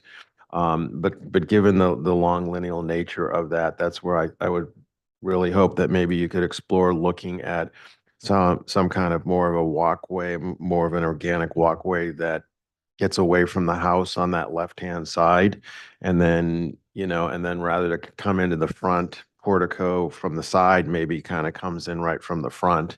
Kind of just meanders over there in a nice curves. And then also, actually, it looks like to me your front stepway, you've kind of got that wall clipped. And I'm not so sure that you need to clip that because it's not a structure in the setback. I think if it's low enough that you could have that. So even if you were to maintain having a walkway up against the house, you could step it over, I think, and have it be more effective without clipping it the way you have and not have setback issues is my take on it. But anyways, I like where you're going and support what you folks have done. So thank you. Comments, Dave. Yeah, I like your concept of relocating the parking in the garage. I think that helps the house and gets you a nicer house as well. And I agree with Rob's comments about the entry. If you could pull it away from the house, and if that's in the budget, I think that would be a nicer approach. And I have the same concerns as John about the parking and the turnaround, and is the parking outside of the setback or is it required and all that. So you should definitely look into that. As far as the architecture, I think to me, the fascia looks very large and dominant, and I don't think there's some detail missing there right now that can be fixed. So I'd ask you to study that. And you also might consider the head heights of the windows on that new gable. They seem a little low, even. They don't necessarily have to match the rest of the house, but they look a little low. But I think just be careful to study the style, the board and bat style, and be consistent with it. But overall, I can support where you're headed with the project as long as it works for fire. Bill, comments, please.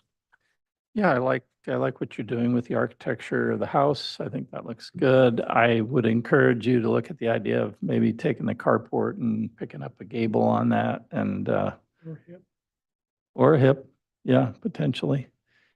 Just to kind of help soften that. It just seems kind of severe, at least the slope does. I also agree with Rob's comment about maybe pulling that walkway a little off the corner there to give you a little more freedom, a little more elbow room. It looks like you do have room. I thought that it was an easement there, but it's the setback that's actually you're trying to clip. So I think you can go up to that easement and be okay. So other than that, looks good.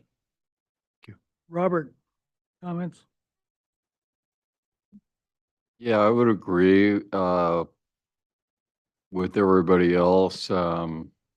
Yeah, these projects are tough. I mean, you know, you're dealing with expanding houses that were built in the 60s or whatever, and think you're doing the best you can do. The only comment I would have is it seems like the garage has a very high ceiling or pitch, and you might want to take Bill's advice and lower that. It's a carport, yeah. And other than that, I'm in support. Stacy, comments, please? Yeah, I think overall, I like what you're doing. I think it's a very modest project. I think you're doing the right thing to get people to find the front door. I like the stone wall elements, the board and batten, all of that, I think is great. I think that just shifting the carport, like I suggested, just out of the setback, just a little bit further away might help it. And I agree with the rest of the board about the pitch and having it be a little bit more cohesive with the existing architecture. That's it. Can we see the site photos, please?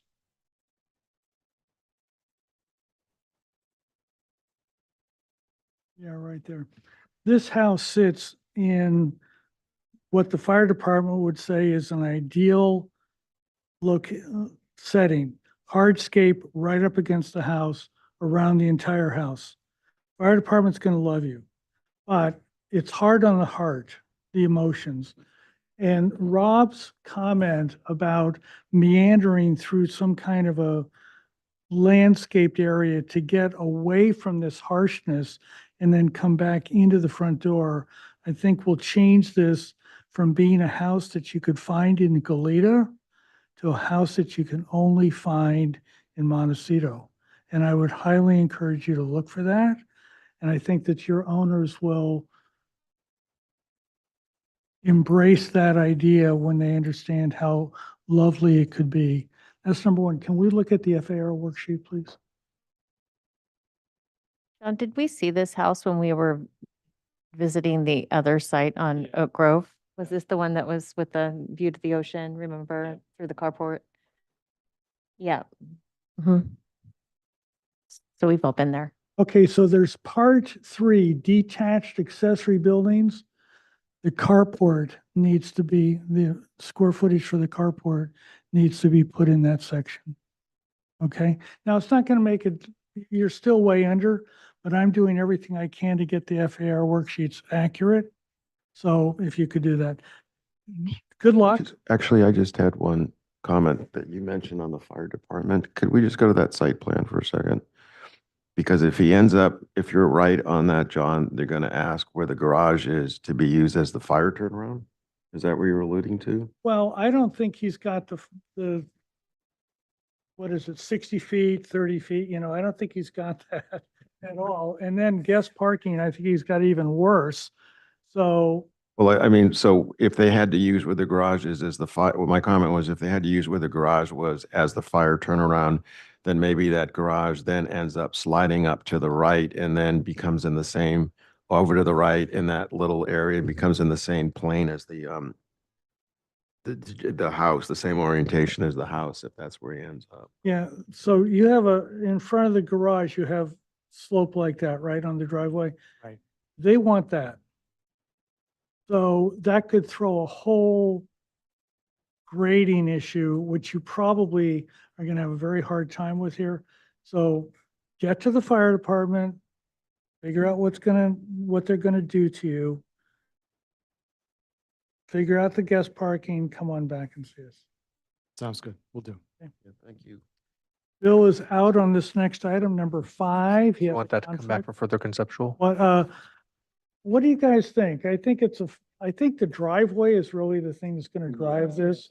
So I don't know that this is a huge deal. Yeah, I think preliminary final on the full board, but you gotta solve that grading and you've gotta solve the turnaround and all of that, okay? I think it's very solvable much. too. so. Yeah, and I think it's solvable, but I don't think this is like 17 meetings. Right. Okay, very good. Hope not. Okay, item number 5, 197 Tiburon Bay Lane. We have never seen this project before.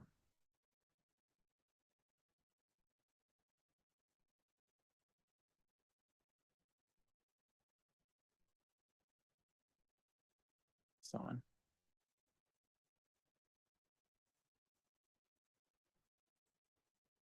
Floor is yours, please. Can you hear me okay? Yeah.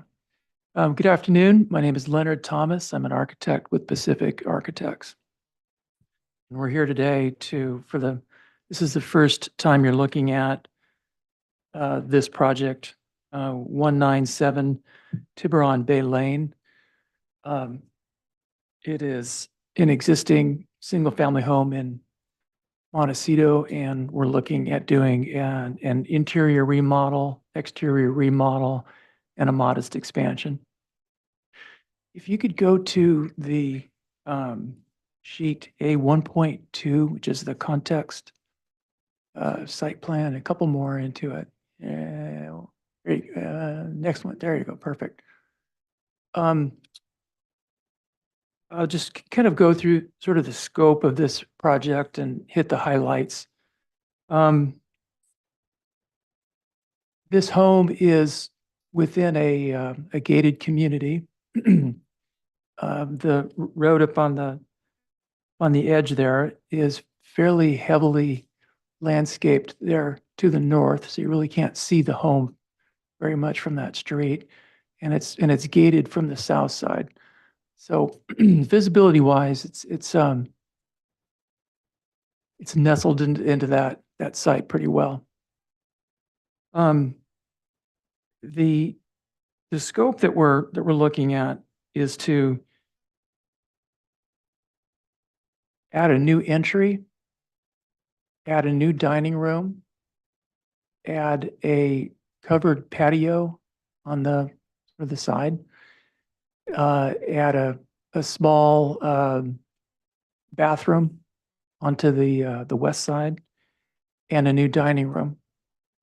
And I'll point those out where those are on the plans as well. In addition to that, there is on this site plan, there's a pool cabana building, an existing pool, and an existing 3-car garage. There's no intention with this design proposal to change those, or to add or do anything to those existing buildings. We could go to sheet A 0.2, which is pretty close to the front.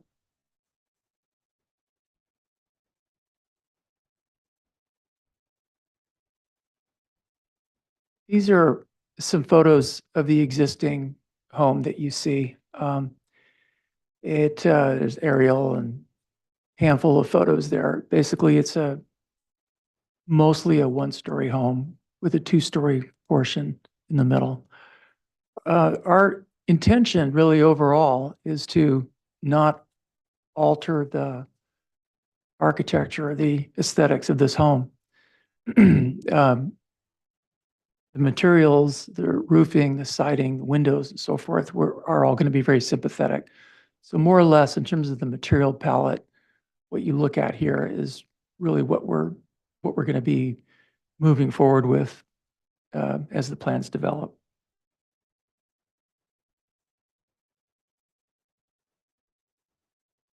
If you could go to sheet, let's look at the actual site plan, A 1.4. There you go.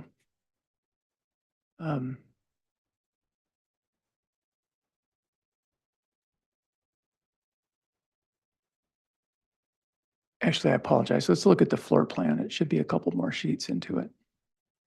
That's an existing floor plan and a second floor existing floor plan. There we go. If it's okay, I'm going to get up and point out a couple things.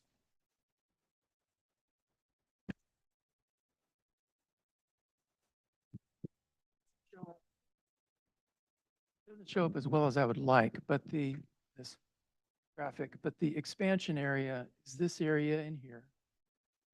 This area right here, infilling an existing porch area here, and filling existing roof canopy here with a new entry here. So here, this little bump out here, this, and this. Those are the proposed expansions to it.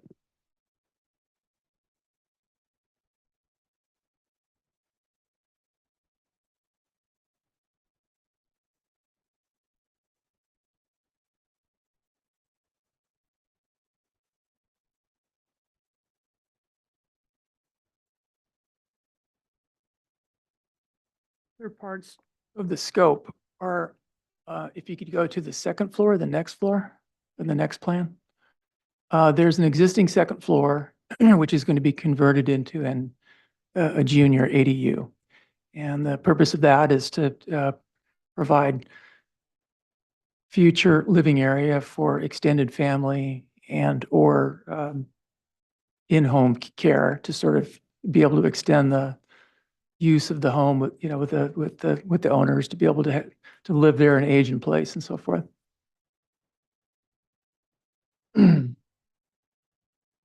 Other minor elements are to replace the existing deck on the south side of there's an outdoor patio. We're going to reconfigure that and put in a new skylight over that porch area.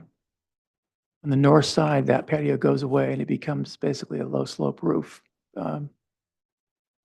And on the west side, there is an extensive patio with a low slope roof covering over it. And there's on the east side of the home, there's Which sheets would show that so that we could follow along? with- probably the preceding sheet, A 2.1, yeah. I'm sorry, 2.2. Yeah, the outdoor patio where you see the big table and sort of lanai area, that has we're proposing a new roof over that. There's a fireplace out there. And on the east side of the home would be the separate stairs to be able to access the ADU up on the second floor.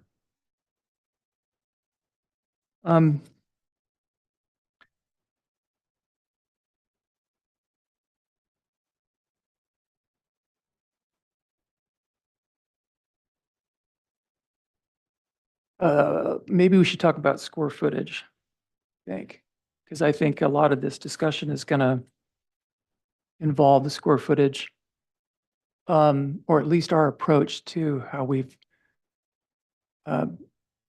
added square footage to the plans here.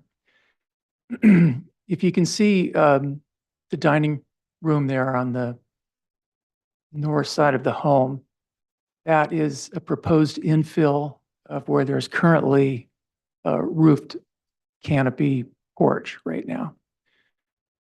The entry area on the south side, as I mentioned earlier, that is also a canopy currently, and we're going to enclose that area. I think it's significant to talk about it in those terms because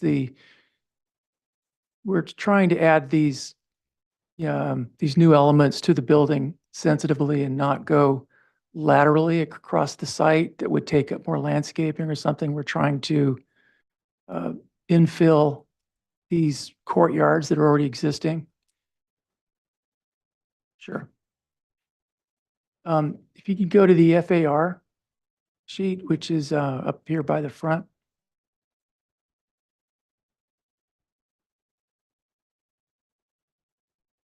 Now, in terms of the square footage, the existing building is 3,899 square feet. Sorry, I'm just reading this off of, but it's Can you embedded focus in on within. the lower right-hand corner. Yes, I'm sorry, go ahead. Um, uh, and the proposed building total is 4,863. So what we're talking about adding here is 1,002 square feet. And that can be broken down by the expansion to the bedroom, bathroom for the master bedroom as 185 square feet. The little bay window is 12 square feet. The dining room is 322 square feet. Entry is 260.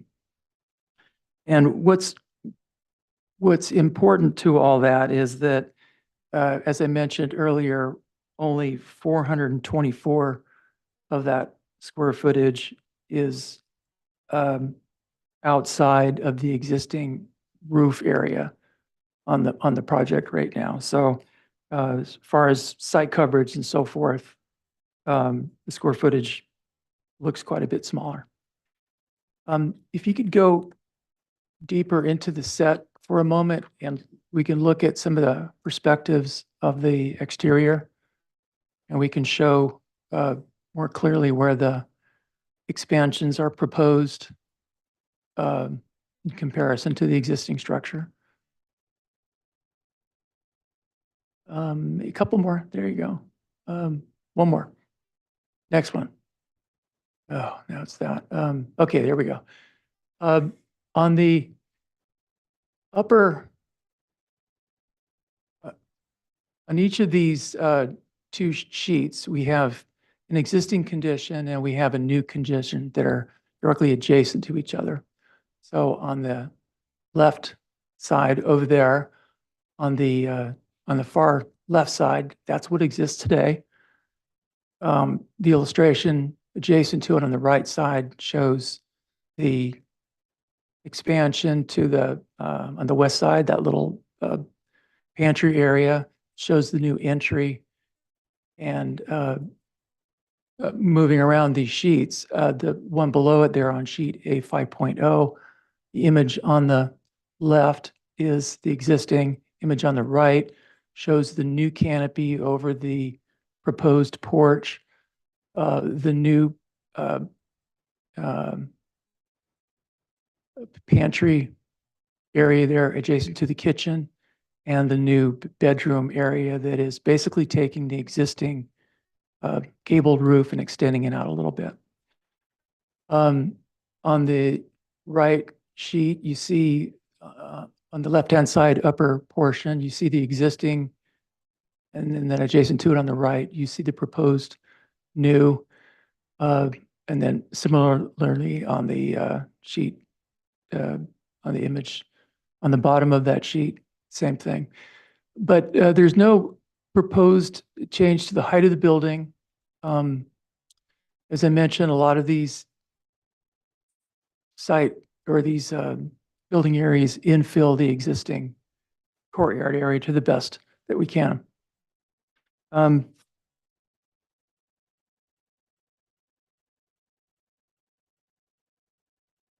You want to talk about the FAR? So pretty much this house is on a flag lot and is not, nobody's driving by this house. Most of the community is, I think there's 6 houses that have a bigger FAR than what we're proposing. On the San Leandro side, it's very well screened. It's in, like you said, it's in a community that is gated. So we look at the neighborhood compatibility study while you're talking about this?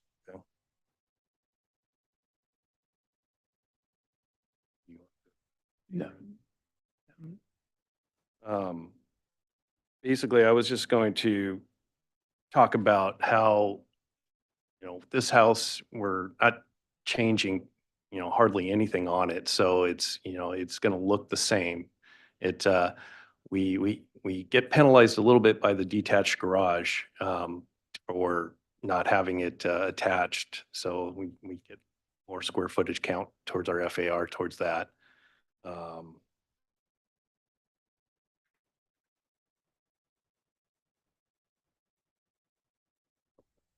Changing any, sizes of the rooms or anything like that. You want me to get into the neighborhood of the No, FAR? I think that, is the board familiar enough about how to read those diagrams? So that's what's going on, that diagram, I think. Theirs is, the existing structure is orange, the proposed structure is red, and everything else is somewhere around the neighborhood. So basically, if, we were to, have a garage that was attached to this, we would be way under the FAR but the mass of the building would be substantially bigger looking. Having the detached garage, I feel like it's, takes some of the mass out of the building. And so we gain, I feel like a smaller looking house versus if the garage were attached. Okay, do you have anything else, Eric? Well, I would just say that our intention is really to be able to let this home evolve to better serve the needs of the owners. And for them, that means more useful dining room. It means a more gracious entry, a little bit more storage in their bedroom, and the ability to have this ADU for should they have a need in the future for in-home care. We don't think that the plan that we have in front of you, which has been approved by the local homeowners association, we don't feel that that plan is out of character for the context and the scale and the neighborhood. Well, I think that's it. Speak up, speak up. Derek Eichelberger with Arcadia Studio. Can we start with sheet A1, the architectural site plan? I just want to go over one thing on that before I talk about our landscape plan.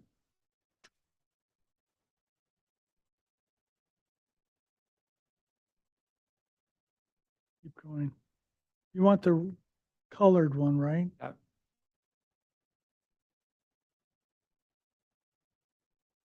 There it is. So I don't know if you noticed in the photos, but the motor court, you come in a gated entry in the very southeast corner there. You come in and there's an existing turnaround, but it's incredibly dysfunctional. Once you get into the curve, you can't really get out. You have to almost back out to get anywhere. So one of the big bones of contention for these new owners is to make a more proper motor court. There is an existing plane tree in the middle of that island that will have to be removed most likely. But now we can go to the landscape plan.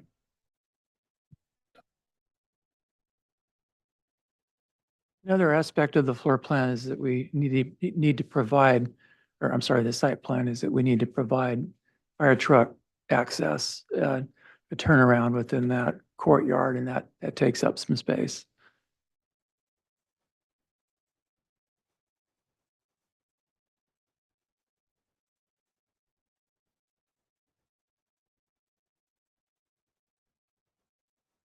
There we go. So you can see we are increasing the size to accommodate both the fire requirements and also the owners have an extended family and lots of friends, and they host a lot of gatherings, and they want to have enough parking to make it comfortable for people. There are some existing sycamores in the front, the label 3. You can see those called out. As was mentioned earlier, the garage, the pool, and the cabana are all staying exactly as they are. We are adding a new lawn along the west side of the project. It's kind of a recreation lawn for family gatherings. We're adding a little enclosed vegetable area at the top. There's an extension off the master bedroom with a spa and seating areas. You can see the terrace at the top, which is now enclosed or has a covering on it, is extending about 6 feet beyond the building. And then we've got just general landscape improvements throughout the project. That's about it. You know which is the front yard setback? Or does this only have interior yard setbacks? Please. We have a front yard setback of 20 feet From where? from the south side. So then the north side's the rear yard setback? Correct. Okay, very good. Thank you. Are you guys done? Questions, Dave? Just so I make sure I understand your neighborhood survey correctly, you have, looks like there's 6 other homes in that neighborhood are the same size or larger than what you're proposing. Correct. Okay. And did you have parking proposed in the front yard setback on that site plan? The prohibition is required parking. You're not permitted to put required parking. Oh, I thought in the front yard it was no parking, whether it's required or not, but that Kimberly? might be a, Kimberly, Yes. parking in the front yard setback or required parking in the front yard setback? Cannot have required parking in the front yard setback. So you could put additional parking of, assuming the board would approve it. You can, yes. Okay, Dave. those are my questions. Thanks. Stacy, questions, please. Yes, so how big is that lanai area on the west side? With the big outdoor dining table. Covered roof. Take me a minute to find that, but roughly 800 square feet. 800 square feet, okay. And then, do we have the fire truck turnaround depicted No, we don't. anywhere? We have it on the architectural site plan. It comes in pretty lightly, but it is on the, Can we look at that? Which number is it? it is sheet A1, right? A1. Sheet A1.4. Okay. Oh, okay, I can barely make it out in there. Okay. So I can see it slightly. It's in there.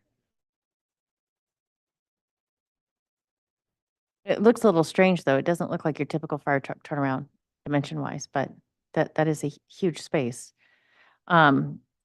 So how much additional hardscape is being added to this plan? Do we have those calculations yet? No, we don't. I will add that the motor court is going to be permeable. Okay. And then two, do we have photos of the sycamores that have to be removed? Are they significant? Like I said, the tree that's being removed is a plane tree. It's not native. Oh, I'm sorry. It's a platanus, but not a, Yeah. not a native. Are there site photos?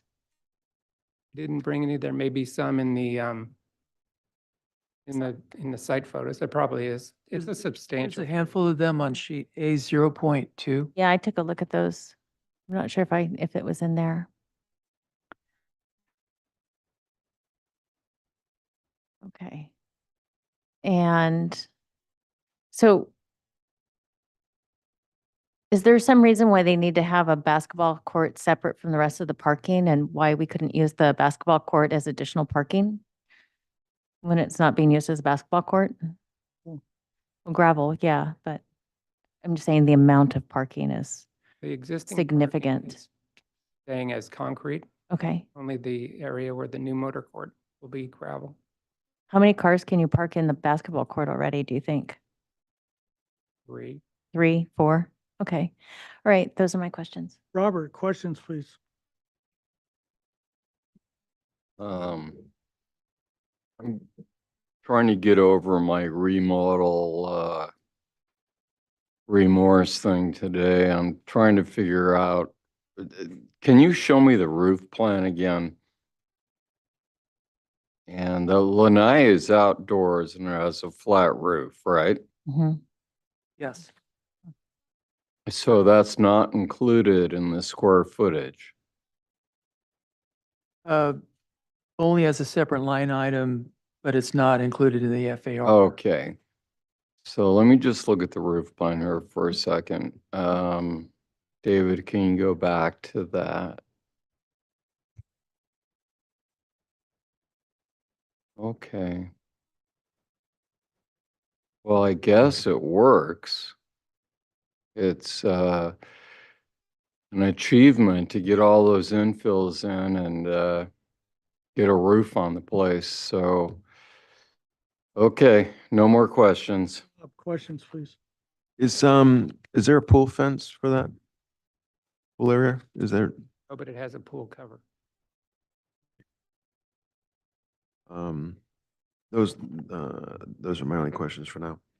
I submitted something. So I disagree with how you did the neighborhood study.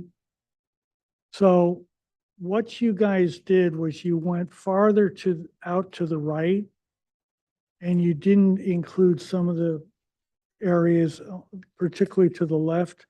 And when I finish this, and when I do these studies, I don't care what the number is. I mean, if it's 4,000, I'm okay with that. I just, care about the method, and then let the numbers come out and go down, David, so we can, and what I got was 117, not 122, which is what he got. You have that as the 75%? 75% line, yeah. And I submitted this to you, right? You have this. Okay, so there are clearly houses of about the size or greater, but there are also houses much smaller in the neighborhood. So that's what that says. That's why I thought using percentiles enables us to get our hands on it. Okay, so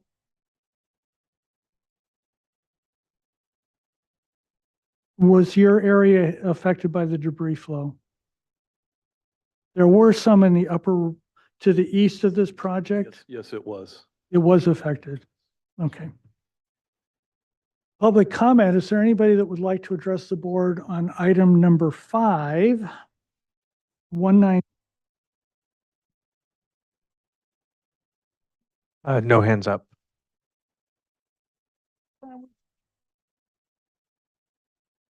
First time we've seen it. Comments, Dave, please. Yeah, generally, I think I could support the project. I like the architecture. I think you're being sensitive to the way you're adding on to the existing structure. I think you're improving the house, and I guess my main concerns are the amount of paving is really significant parking area. It's the same footprint as the house. Plus, when you add all the other structures, the pool area and the basketball courts. So I have some issues with that when I ask you to study reducing the amount of hardscape. And then secondly, of course, it's the FAR, but I think from what I understand, you've demonstrated there's a fair amount of homes in this area, the same size or larger. I think given the configuration of the lot, that it's located in the center with lots of setbacks from the neighbors, it seems like the site is screened. The majority of your additions are infill, which are less impactful. And I think everything you're doing is consistent with the original home. And so for those reasons, in this specific instance, I can support the increased FAR based on your survey and the information you provided. So in general, I support the direction the project's headed. Stacy, comments, please. Yeah, I agree with Dave about the architecture, and supporting the FAR because most of it is infill on the house. And I do like more of the direction of the architecture with, I have some reservations about the side though with the lanai, just because it's such a big flat roof and it seems a little awkward because it's, I know you're raising it up. It just looks a little strange in that elevation, but also too, I worry that it's a very dark, big space because it's so large and with such a flat roof, even though I know you put in 2 skylights. I would just suggest studying that a little bit more. My biggest concern, though, I'm going to echo Dave too, is the amount of hardscape here. It just seems so excessive to have this much parking on a site this large, even if it's gravel. And I do love an auto court over a roundabout any day. I agree with your move there, Derek, but just the size and the scale of it, especially when you can use the basketball court for additional parking for 4 cars, it just seems so excessive to provide parking for like 15 guests inside, even though I know you probably have an HOA that says you have to, like in Hope Ranch, where you have to have all of these cars inside. I think there's other solutions to that, but if you could please re-study the amount of hardscape. I think the overall design though, I like in the landscape. It makes sense with this style of architecture because it's more, it's formal in places where it needs to be and it's very relaxed in others. So I think that that's very appropriate and in keeping style-wise with everything else. So those are my comments. Robert. I would, well, first of all, I appreciate the style. I love the Hamptons, Cape Cod, whatever you want to call it. I don't know. I like traditional, and as far as the hardscape goes, I think you kind of need it, and the lot is big enough, unlike some of the other projects we saw today, that you can accommodate that. So I support this project. Rob, comments, please. Go to the landscape plan. I think I think Stacy framed it really well, and Dave did too. Yeah, I support the project. I think architecturally, it's been nicely articulated. Stacy made a great comment on the lanai area. I would almost study that and see if there's some other ways to deal with making that more interesting. I think that well, the only negative is the parking. I believe can be pulled back. Needs more landscaping. It's just way too big. It doesn't need to be that big, and I can still think I believe you can have the functional need met on that. Landscape, hardscape. I mean, I like Derek, what you guys did. I think it's got, Stacy kind of coined it. It's got a nice kind of balance of formality, and it's relaxed, and it's, everything works really, functions really well. I just look at it, everything kind of closes on itself. And the only other comment, I guess, is the fire pit area. That's the one area where I guess I look to be a little bit more creative. It's just kind of a circle with I mean, that's kind of a chance to maybe get a little more organic and let that whole fire pit area kind of drift. And rather than being this just, a fire pit area and seating in a circle, maybe let that be more organic and kind of drift along the edges and kind of just be more natural over there than that. But I completely support your project and think you all have done a nice job. So thank you. Thank you. I think the parking area is supersized. Bigger? I do. I think that it ought to just be the entire property. A comment that's about this project, but also about the general behavior of this board. About 10 years ago, there was a board that was approving projects up to about 180 FAR. And it's one of the reasons that I came here. And one of the rules that they tried to impose on themselves, but at least a couple of the members chose not to pay attention to, was at least members of the board should respect the rules. I'm seeing that that's not happening here, and it concerns me from not only this project, but a macro, that this board is approving larger and larger and larger projects. And I think that it's not what the community wants. Now, I could be completely wrong. Maybe the community wants huge projects. I understand that individual homeowners want to maximize their investment, maximize this and maximize that. I get that. But there's a reason that rules are in place. And I have never voted for something over 110 or with the study, 75% of the neighborhood. And this is over both of those. So I'm not going to vote for this. But on a macro scale, I am increasingly concerned that this board is kind of losing its way. And that's the end of my comment. We are on for concept today, so there's nothing, no vote. What would we like to do with this next, please?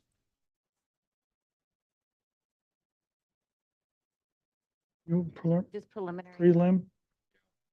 Okay, but do you want to try final or just prelim? Just preliminary. Okay, so back to the full board for prelim. Yeah. Very good, thank you.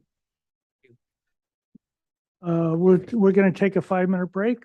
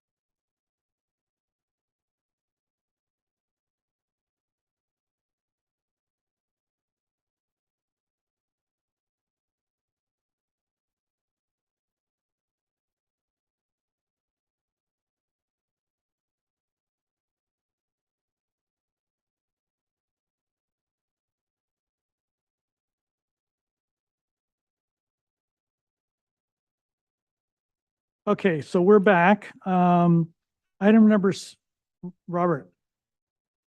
We're back. Item number 6, 1308 Danielson Road. We had a site visit today. Site visit requested, existing architecture chaotic and lacking in cohesion. Study options to unify structure. MBAR members expressed concerns regarding the design solutions resulting from the removal of the portions of the structure in the setbacks. Restudy entry and entry gates. One member suggested removing entry gates or entry gate. Reduce the hardscape and significantly increase the landscape areas. Consider landscape and hardscape solutions to unify design and site. Address stormwater concerns. One member requested information on other departments' codes requirement and the feasibility of eliminating the unpermitted development and rehabilitating, preserving the renovated structure. Correct lot area on FAR. No action taken. Heidi?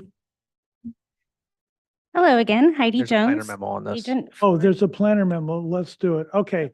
Go ahead. So I had asked Willow to provide us some information because it was unclear. So basically what I said is there's an easement coming off of Olive Mill. Does it pass through this property to the east? And this demonstrates, no, it does not. Okay. And then did I do anything else? Oh, and that's the language. We can read it, but what I said, I'm 99% is correct. So, and is there anything else? Okay, so that easement that's heading off to the west ends at this property. Okay? Okay, Thank you, Chair Heidi Jones, agent for the owner, here with our architect, John Beecham, and our landscape architect, Aaron Carroll, is online. Thank you for those of you that came out to the Mystery Montecito Winchester House this morning. I think it gave good context of why we kept referring to this project and property as unique and charming and interesting, because we think it is all of those things.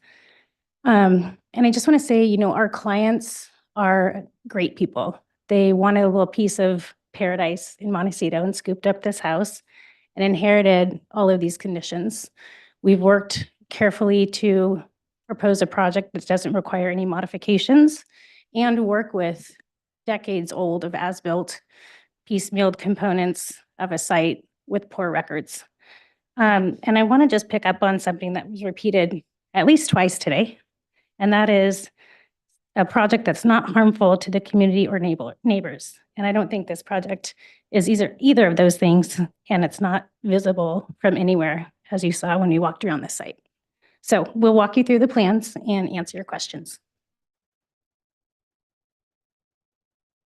Hello, John Beecham, architect for the project. And just to address some of the previous comments, yes, we have to take portions of the structure out of the setback. The previous solution, we kind of, paralleled that setback to maximize the amount of space available for the interior of the project. And this is that upper left, the double cross-hatched area. That's as you saw today, it's already very tight. I know we're not supposed to talk about floor plans in here, but it's a reaction to a floor plan. So that was that master bath, master suite area. So we were just trying to maintain as much area, usable area within the house. So that's why it was that simple solution, parallel setback, because as you saw today, there is no visibility of this anywhere from around the project. But the comments were taken to heart, and we appreciate them and agree with it. So the new floor plan for that area, if you can go to A30. So that does clean up that upper corner where we have to remove so much of the existing structure. And, we still have a functional master suite with that without changing every wall in there, because that interior lines or bearing walls that you saw with those skylights, we can't just start replacing everything in there. So we're trying to really work the best we can with those existing unique conditions in that space. That front, streets, Danielson side area that's removed does become that closet in the shower that you see. So it's a little bit of a buffer from any road noise. The rest of the project, we're trying to keep intact on that interior, and work and build off of those existing, I don't want to, quirky and unique character that you saw today. So I'm so grateful that you were able to see it because it's impossible to convey in a 2D drawing. I think, really, I believe you understand the rest of the project and happy to answer any questions. Was there anything else you need to address on that? I don't think so. Let's pass it on to Aaron Carroll, who should be online, and he can walk you through the proposed landscape plan that is new this time around. Yeah, can you hear me? Yes, what sheet is it, please? L 1.1. Yeah, good afternoon, Aaron Carroll, landscape architect for the project. This is the site hardscape plan. We're not doing a whole lot of new hardscape, just some repair of the existing flagstone, and some new flagstone to match existing. There's a new patio where the old driveway is, and we also added 2 new planters over there as well. And we're going to convert the existing pool equipment area to a trash enclosure along the western property line. And the new pool equipment will be between the pool and the ADU. Next sheet, please. So the existing landscaping, as you probably saw today, is there's some mature landscaping, but also some areas that need to be filled in with new landscaping. So the approach is to maintain the existing subtropical theme. However, most of the existing plantings are classified as moderate water use. So and we have to also count the pool, spa, and the fountains in our water use calculations as well. So the entire new landscaping needs to be low water use. So I've chosen succulents and drought tolerant plants that will complement the existing tropical theme. So everything is low water use that's proposed, and there's the plant photos at the bottom of what I'm proposing for the new plantings. No existing trees will be removed either. And all irrigation will be drip irrigation. What else did I want to say? I think that covers most of it. The lighting. We were adding a few new path lights throughout the site, and that's the extent of the landscape lighting. They're just 18-inch high copper hooded fixtures that are dark sky compliant, FX luminaire fixture. No other landscape lighting is proposed. And then the last sheet is just notes and calculations. Are you done then, please? Yeah, I think that concludes the presentation. Questions, Bill? I just had one more thing to say. Yes, please. Just want to advocate, our clients would really like to move forward past this concept review and address this situation in ways that are reasonable and don't cost an exorbitant amount of money. So we appreciate your empathy with what we're trying to work with. Comments, questions, Bill? This doesn't have any historical nature to it, right? There's no. I highly doubt that. Because Moody cottages were kind of quirky in some cases. Are you doing all new windows and doors throughout the house, or just in the areas where you're doing new construction? The new construction is what we're anticipating. Only. So the areas like in the rotunda there, those windows are going to stay. Correct. So my question is, on the new, actually perfect elevation, west elevation, where you're doing the new addition, was there a reason why you picked up on the arched windows versus just a flat top? Was there a theme? I know it's kind of a little bit of everything over there, quatrefoils, and you got round, and you got star shapes, and you got everything. Why the radius tops, arch tops on those? Well, those again are not something that's visible at all from any exterior view, neighbor or street, but they did complement what was already existing with inside that room. So this one's kind of, those windows are kind of a choice from the inside out, just how they experience that space and have appreciated the existing arched windows that have been there. Of course, they didn't have a chance to use those, but still they could, the owners have appreciated what they had there. So we're replicating those in this portion. And then can we go to the landscape plan real quick? I know this is tricky because, I saw that little illustration that showed the existing garage with non-scalable drawing, kind of hand sketched on napkin. And, normally we like to have a little bit of a planter buffer there, and I'm looking at the north side of the garage and I peek down that pathway and it's just hardscape all the way across, which, is okay, I guess. What's happening on the other side of that wall? There's a neighbor there. Is there screening? Let's do a Google Earth. Or Google Map I looked at, I thought that was actually. There is an aerial on the site plan. I mean, that was the only area I saw that was Google hardscape Maps.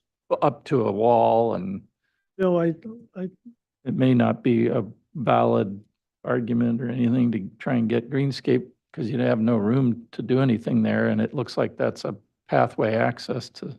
Well, Aaron did add some landscaping to that. I don't know if you saw it on this. I saw in the front, but I was thinking between the building and the wall. Oh. Again, how do you very tight. maintain it? It's. And it's the backside of the neighbor's garage on the Okay. north They looks like they have planting in a yard or something. and a driveway that comes right up on the other side, I think.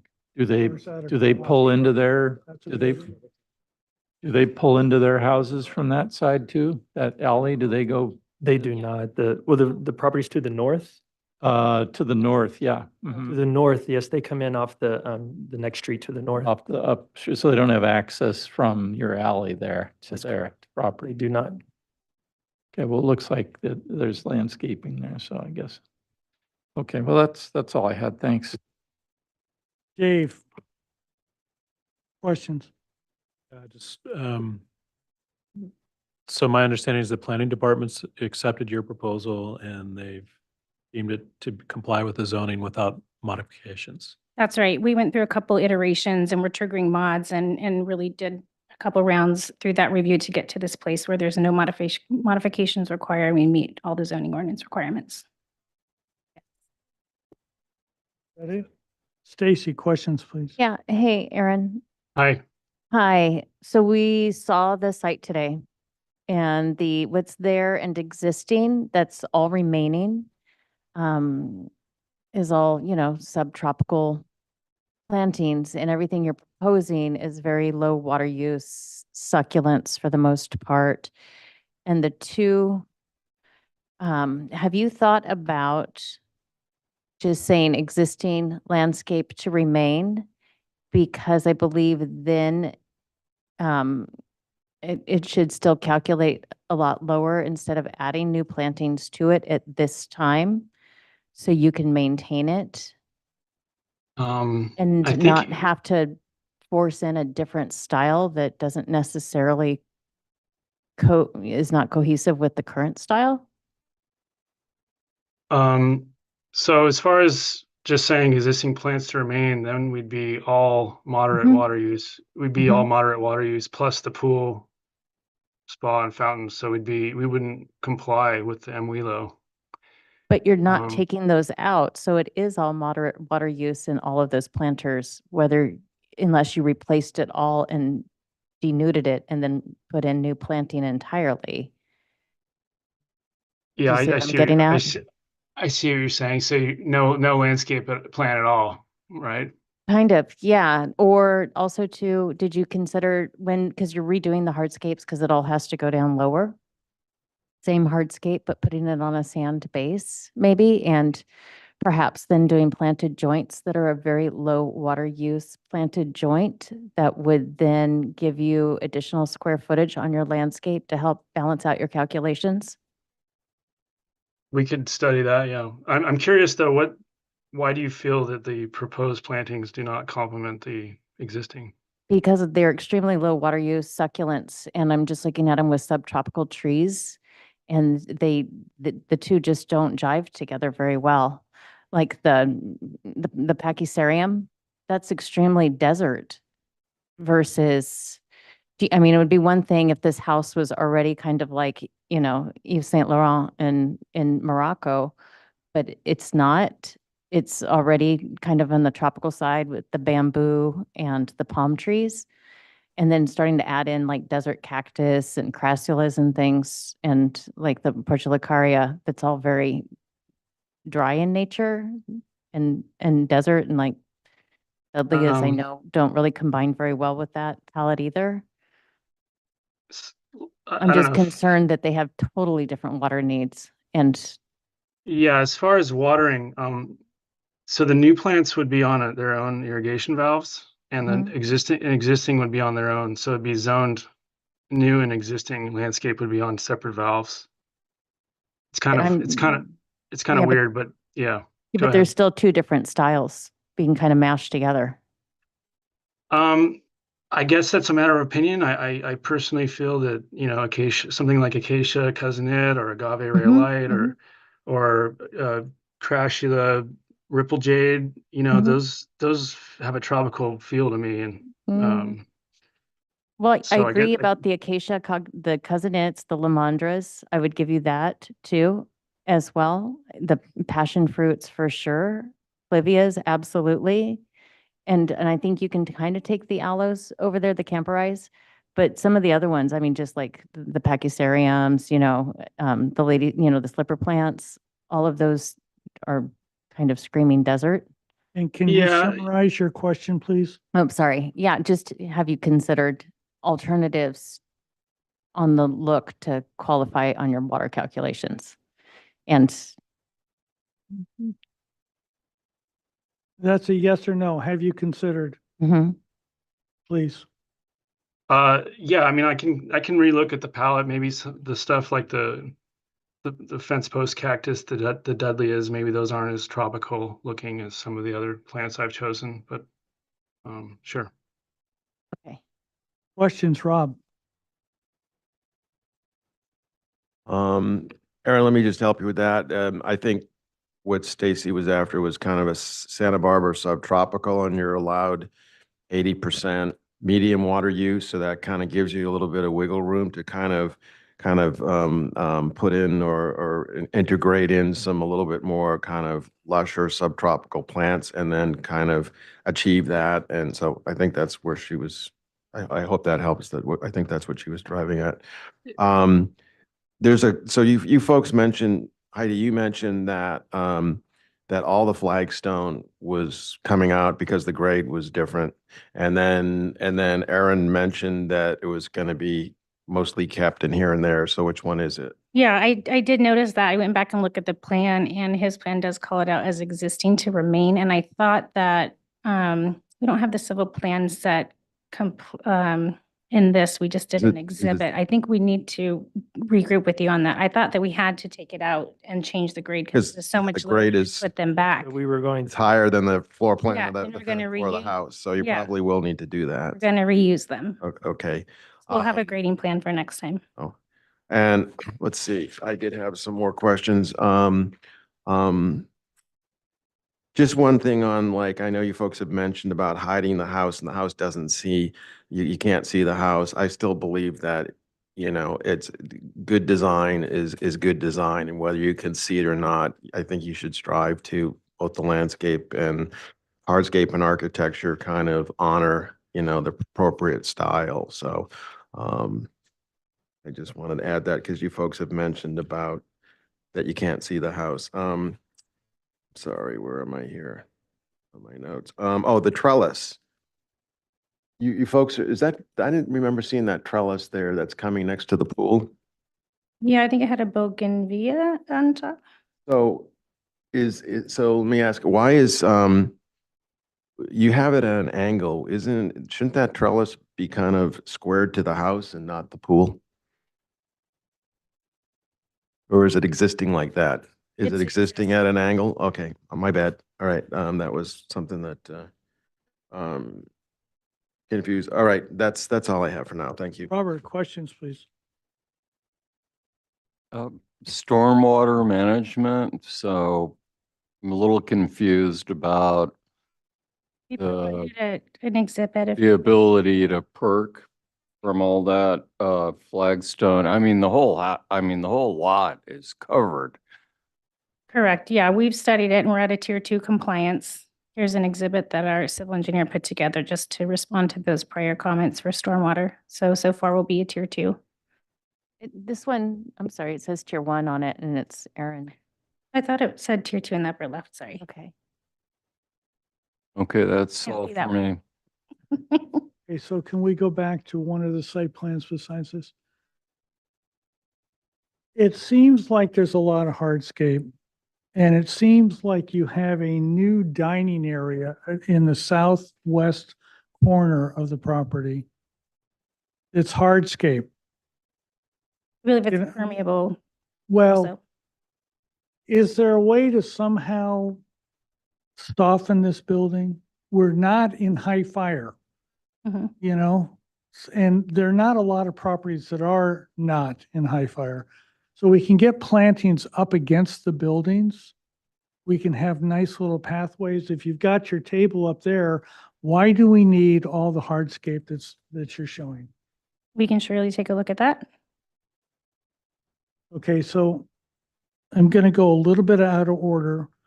Earlier this week, I asked David, our good friend David here, to put in a link to the last set of meeting notes Mhm. so that we could look at the public comment letters. And I'm going to summarize those. Those are 3 letters, all in support of this project. Okay, just so that we have that context.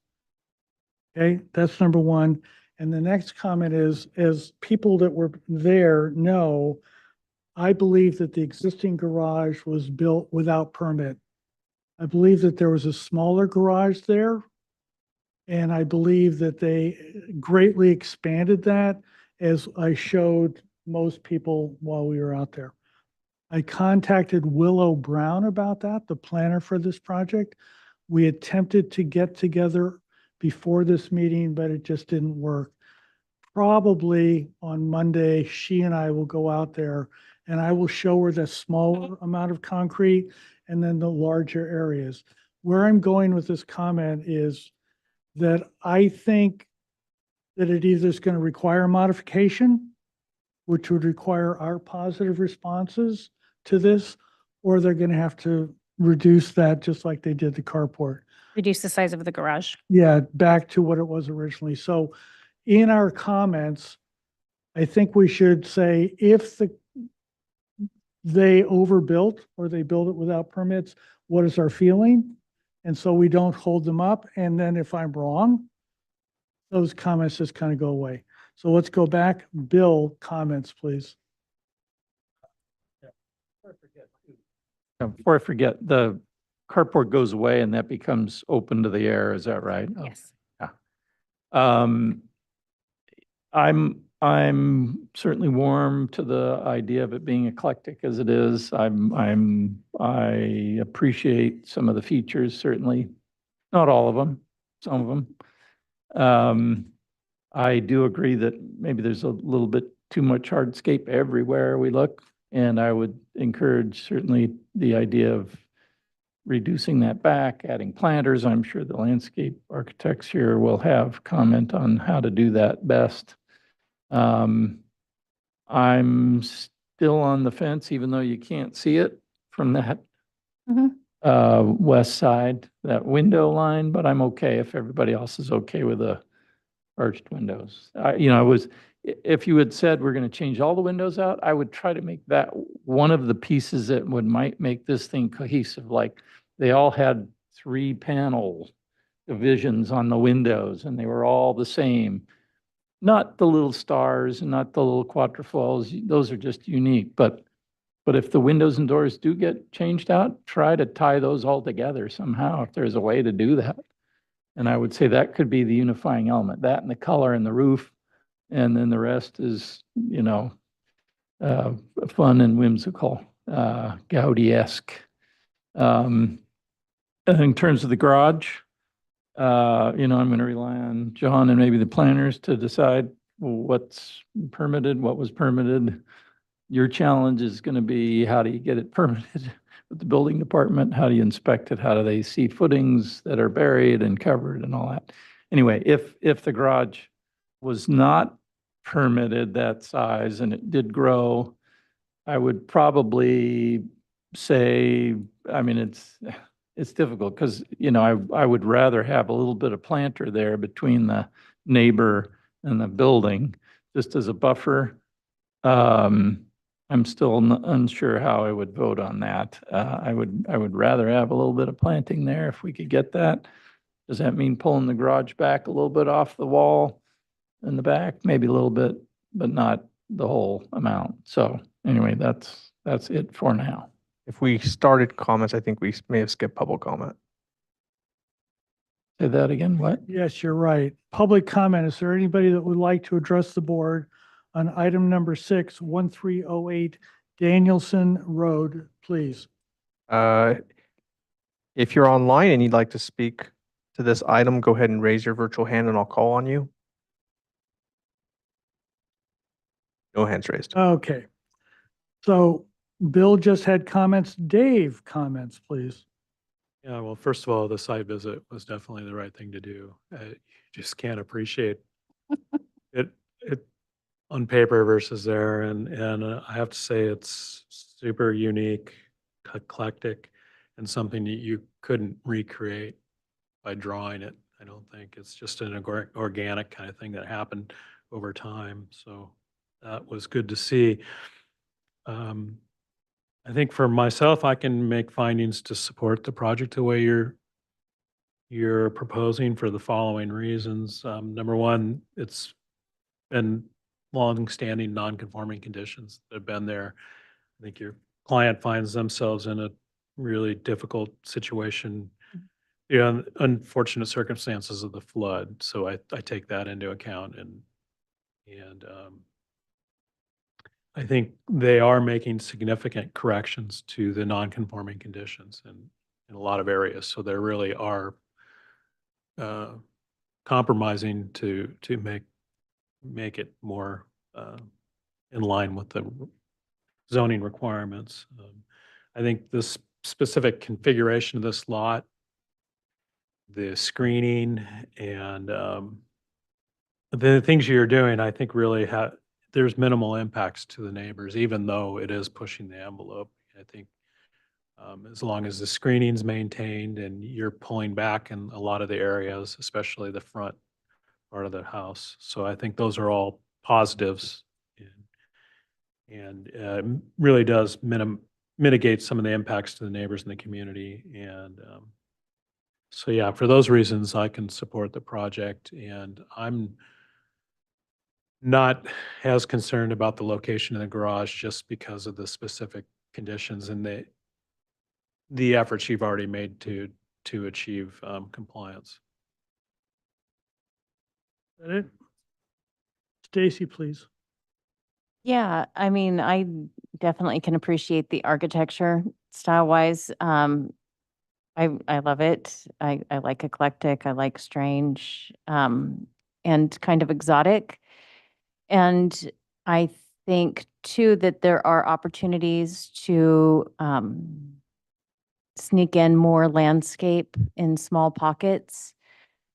And I think that the hardscape, since you're removing it all, replacing it and putting back in the flagstones, that you should study doing a sandset flag this time and being able to calculate all of those joints into the planting and landscape calculations. I think the new dining area could be softened as well.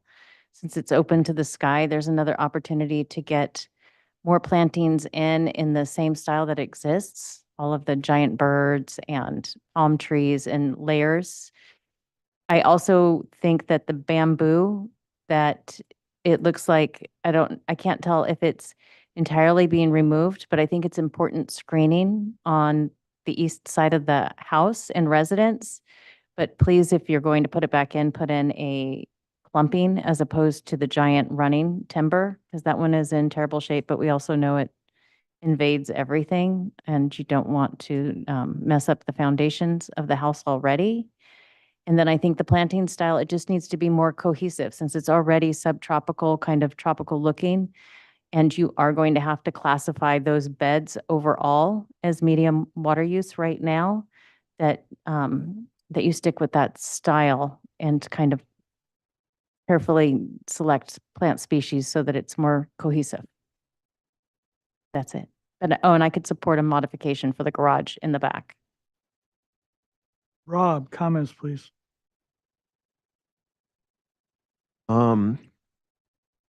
Yeah, I mean, Aaron, for me, one thing graphically that would be helpful, I think the flagstone, the way it's articulated is the lines are so heavy, it ends up making things look much busier. I think if you kind of grade out the flagstone lines or screen them back, might help make the whole feeling of the graphics or the plan feel simpler. Along those lines of, you don't necessarily need paving around the pool on that left-hand side. It's the south side? Yeah, the south side. I mean, as you've shown on, you've got landscape around the whole back of the pool and then on part of it. And there's no reason why you couldn't remove all the paving on that south side, almost, and then just everything to the left of that spot could be landscape, and everything to the right at least allows you to access into the pool. And then there's lots of, I think what needs to happen, and this kind of falls on you, Aaron, is that you need to kind of tell a story of how these spaces are going to be used and show furnishings and pots. And I think that'll give you a chance to really be able to see what you need for functional use, functional hardscape. And then I think you can start to kind of eke out and carve out all kinds of little pockets and niches and things of additional landscaping that will up against the building that will greatly charm this up. And like Stacy, I agree that I think you want to be more in that Santa Barbara subtropical. And the palette now is, when you first introduced it, you said you wanted it all low. And I would maximize the water use on this. Take your 80%. And I think you can even, like what Stacy suggested, if you say some of that existing subtropical stuff, just say existing to be remain and take that out of the calcs. I've seen that. I've seen some applicants do that on some of these projects, and it's the Biltmore comes to mind, and it worked. But I think that's what's appropriate for this house. Plenty of projects around town to kind of completely go low and meet Wheelo. Anyways, I go ahead. Could I say something real quick? Sure. Yeah. So if I save all existing landscaping, I'm literally at the maximum, and because of the pool and the spa. So I like your idea of taking out the existing landscaping from the calcs, although I don't think that's necessarily in keeping with the MWILO, but I could do Biltmore that. did it. Huh? Biltmore did Oh. it. Hey, guys, this is comments. So it's very quick, Aaron, please. Okay. No, that answers my question. Thanks. And one of the things okay, with the trellis, now I remember that, and I did make that comment. I think that trellis area, that existing stone I think that whole thing, I think when you start getting into supporting that trellis, the collateral damage on getting the engineering correct, you're gonna trash the rest of it. It's mostly grout. And it's like an opportunity to have one really nice new jewel on this property, and you can do it and put your mark on it, but it can be in keeping with the style of this project. And because right now I think it detracts from the project. So anyways, I support where you're going with it, and just thinks it's all in the details. So thank you. Robert.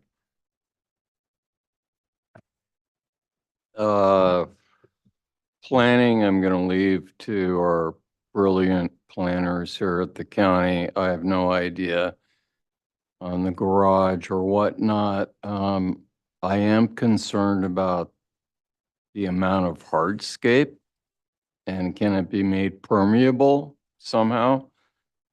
And as far as the architecture goes, you know, whimsical fantasy land, I mean, I don't know. To me, it's a bit, I mean, I agree it's fun.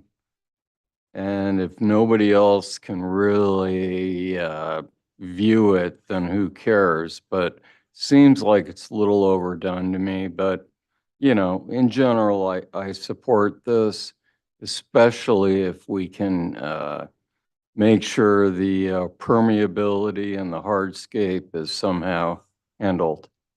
That's it. I went to school in Texas in the mid-70s, and just before I left, I bought this book called Handmade Houses. And as it turns out, one of the architects that they highlighted, he's actually a building designer, was Frank Robinson, who used to live up on East Mountain Drive, and they had a whole bunch of houses that he had done, which are quaint and quirky and hot tubs and rocks and all kinds of things. We don't have very many options for that. We seem to like AutoCAD and things like that where things end up straight. So, you know, it's not something I would design, but you know, people should be able to have fun. So I'm okay with that. Now, I'm not as familiar with the residential code as it is as this California building code, but the California building code has got this thing called fire separation distance.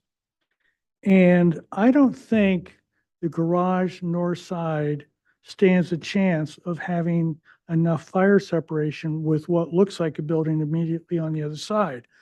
Now, the important issue about that is you either come back in if you want to really protect your house and probably build at least a 2-hour wall and maybe a 4-hour wall with a parapet. So it's going to change that whole area over there. Or we might end up having a fire like Palisades that just goes from building to building. I don't think you guys were here earlier, but I had one of the fire guys come on over and examine my property today, earlier, between our site visit and this meeting. And he said that Montecito is lucky because we have lots of room between our buildings, unlike Pacific Palisades or Eaton, except here. You know, if one of these guys catches on fire, we can basically kiss this neighborhood goodbye if there's a wind. So I might ask you to take a good hard look at that garage, just from a fire safety standpoint of view.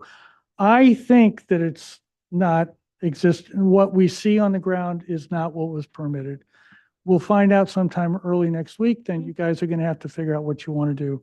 May I Now- ask a question? Hang on a second. Dave, can we look at David? David? Can we look at Google Maps again? Pretty tight. Well, it is, but the comment I want to make, so when I look at this, I go, what landscaping?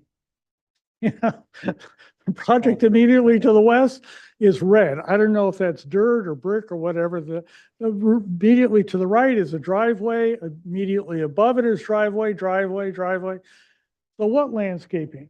So, you know, I kind of look at it and I go, what's right and what's wrong? And then I remember that this board is also reviewing some proposal for spas up at San Ysidro Ranch, and how desperate they're looking for some really, really interesting landscape, pool area, hidden, romantic, private.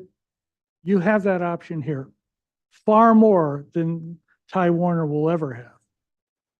From my personal point of view, that's what I would want. Now, this is your house. I think it's got way too much hardscape. But I think you have the opportunity in all of this to turn this into something that has the romantic feel of San Ysidro Ranch, and I would encourage you to do that. Is there a quick comment, John, and then we got to get going?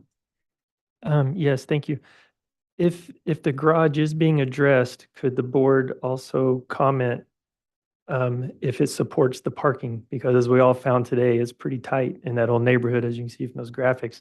Well, you have Having four those shown. two Yep. parking stalls helps so much. So if we had to reduce that garage to fit, You have four parking in garage. The carport has goes to go away. You have four parking in the garage is what it looks like. No, that's just two. No, side by side. Look at the floor plan. No, it was two. It's just two stalls is all that, only two cars will fit in there.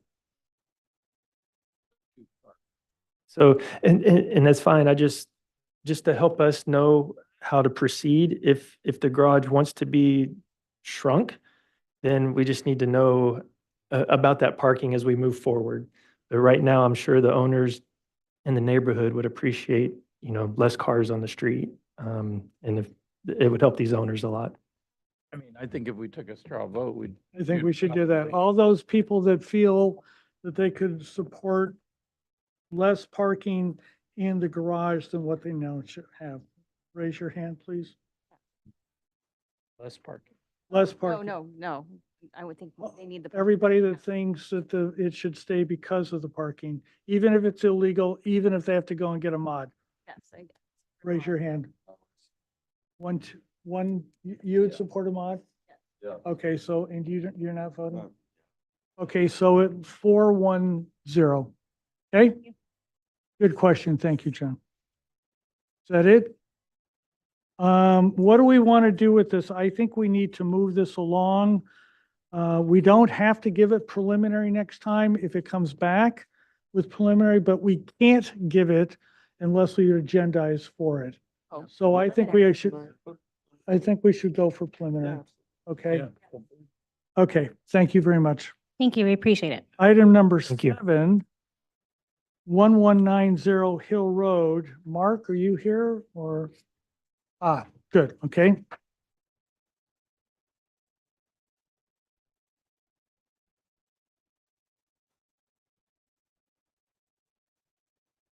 Let me read the comments really quick.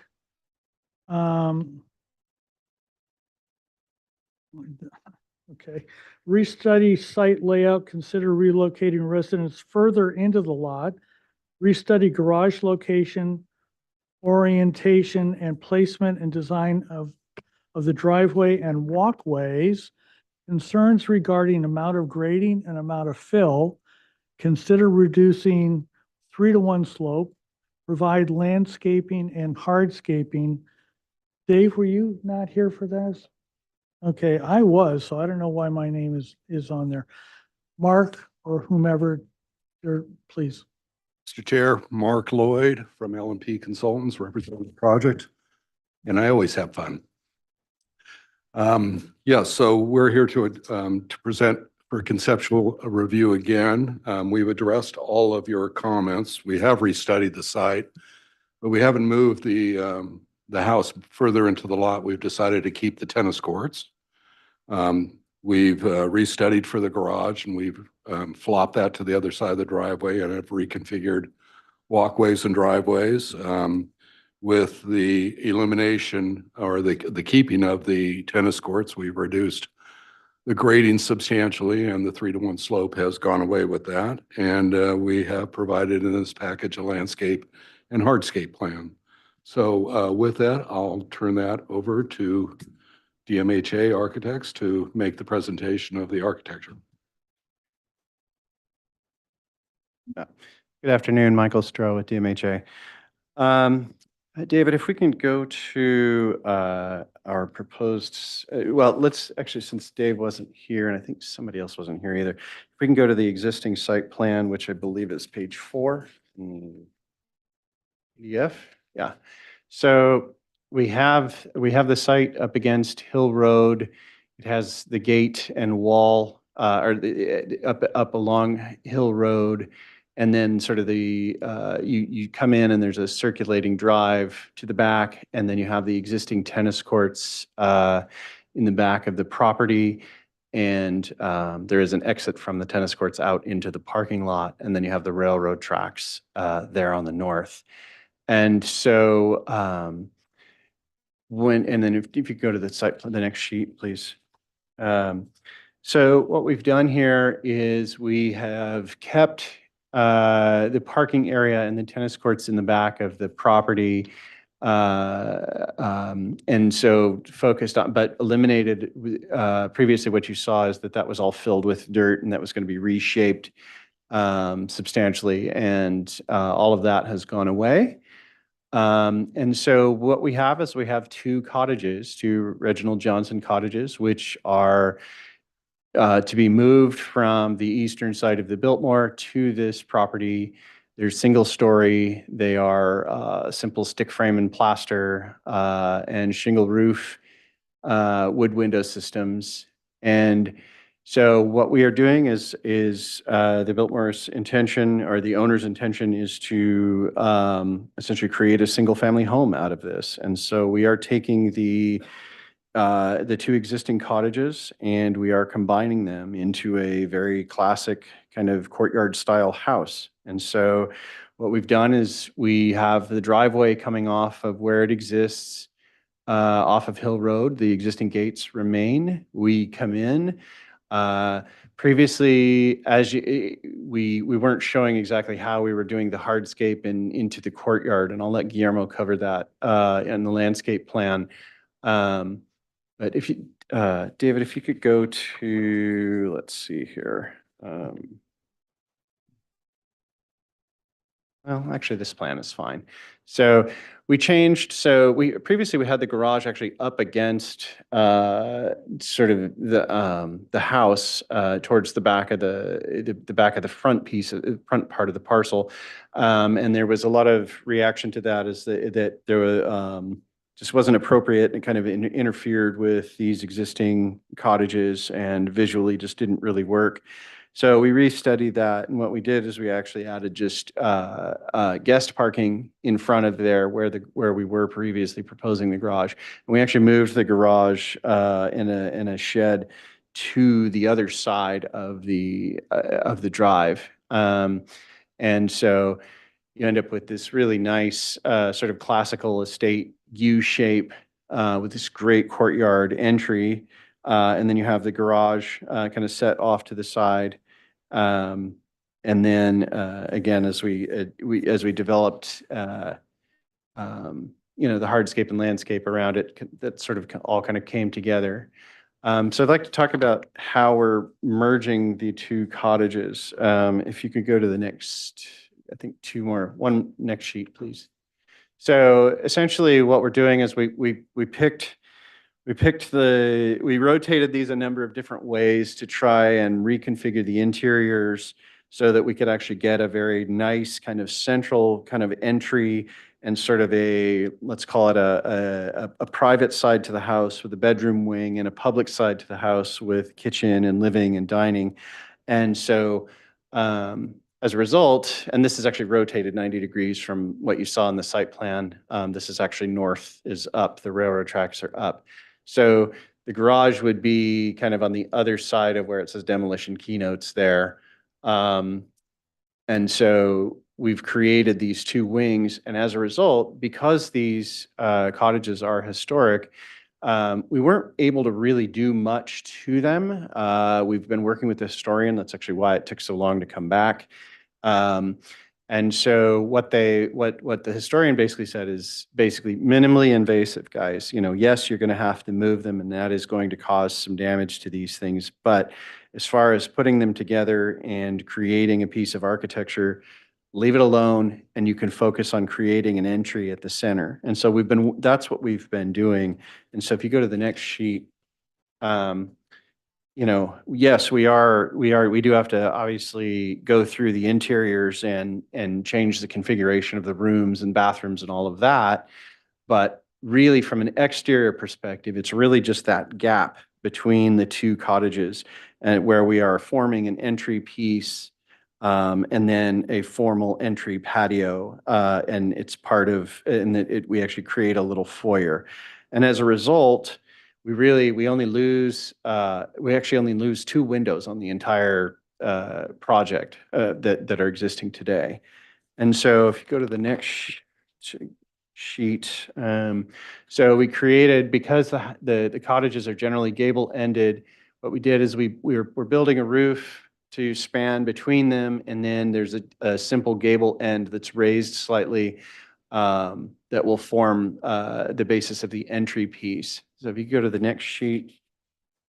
So these are the existing elevations of the cottages. They're plaster, wood window systems, shutters, and then just a shingle roof. If you go to the next sheet, you can see what we've added is we've added a board and batten sort of gable-ended piece. Unfortunately, it's not exactly symmetrical with the door, but that's because, again, we were trying to be minimally invasive. We were trying to create a sense of entry on the exterior, but without having to really alter sort of the wall configurations of the cottages themselves.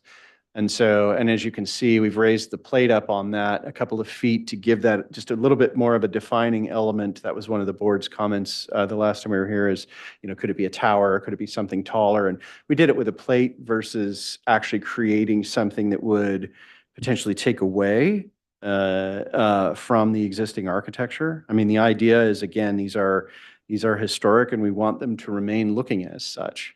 And so, and then we have a couple of renderings. If you go to the next sheet, again, they're single story. So from the street, you're basically looking at the same thing that you do now, other than just, you're going to see some small little low roofs behind the wall. And then if you could go to the next sheet, this is our interior courtyard view. And you can see, so we've got these sort of classic little plaster cottages. And then we've essentially just tied them together with this sort of singular element that forms the basis of the entry to the home. And with that, and we didn't change the garage design. It's relatively straightforward and same pitches of roof and same language and vocabulary as the cottages. But with that, I'm going to turn it over to Guillermo to discuss the landscaping. Good afternoon. My name is Guillermo Gonzalez. I'm from Blue Studio, landscape architect. So we can start with the existing conditions. We are removing 4 black acacias. They have their prime a long time ago, and they needed to be removed. We also have a small oak that we're going to have to remove from the site. And if you go to the next slide, we can look at the plan. So for concept, we have developed a plan that is both complementary of the historic cottages and the hotel across the street. So we're using a subtropical, Santa Barbara subtropical palette. We're using materials that are very similar, like brick, plastered, tiles on the side. Part of that, we have developed a circulation that create a strong connection between the house and the street and the hotel across. We also provide a circulation along the new cottage and provide a series of outdoor spaces to be used by the owners. We develop a strong courtyard as an entrance feature. Added a water feature that we need to develop, but it would be also plaster and tile, and it will complement the style of the cottages. With that, if you guys have any questions, we'd be glad to answer. Are you guys done? David, could you bring in the grading? Excuse me, the preliminary grading plan, please. Was it towards the end? I believe it's page 5. Yeah, it's towards the front. 6.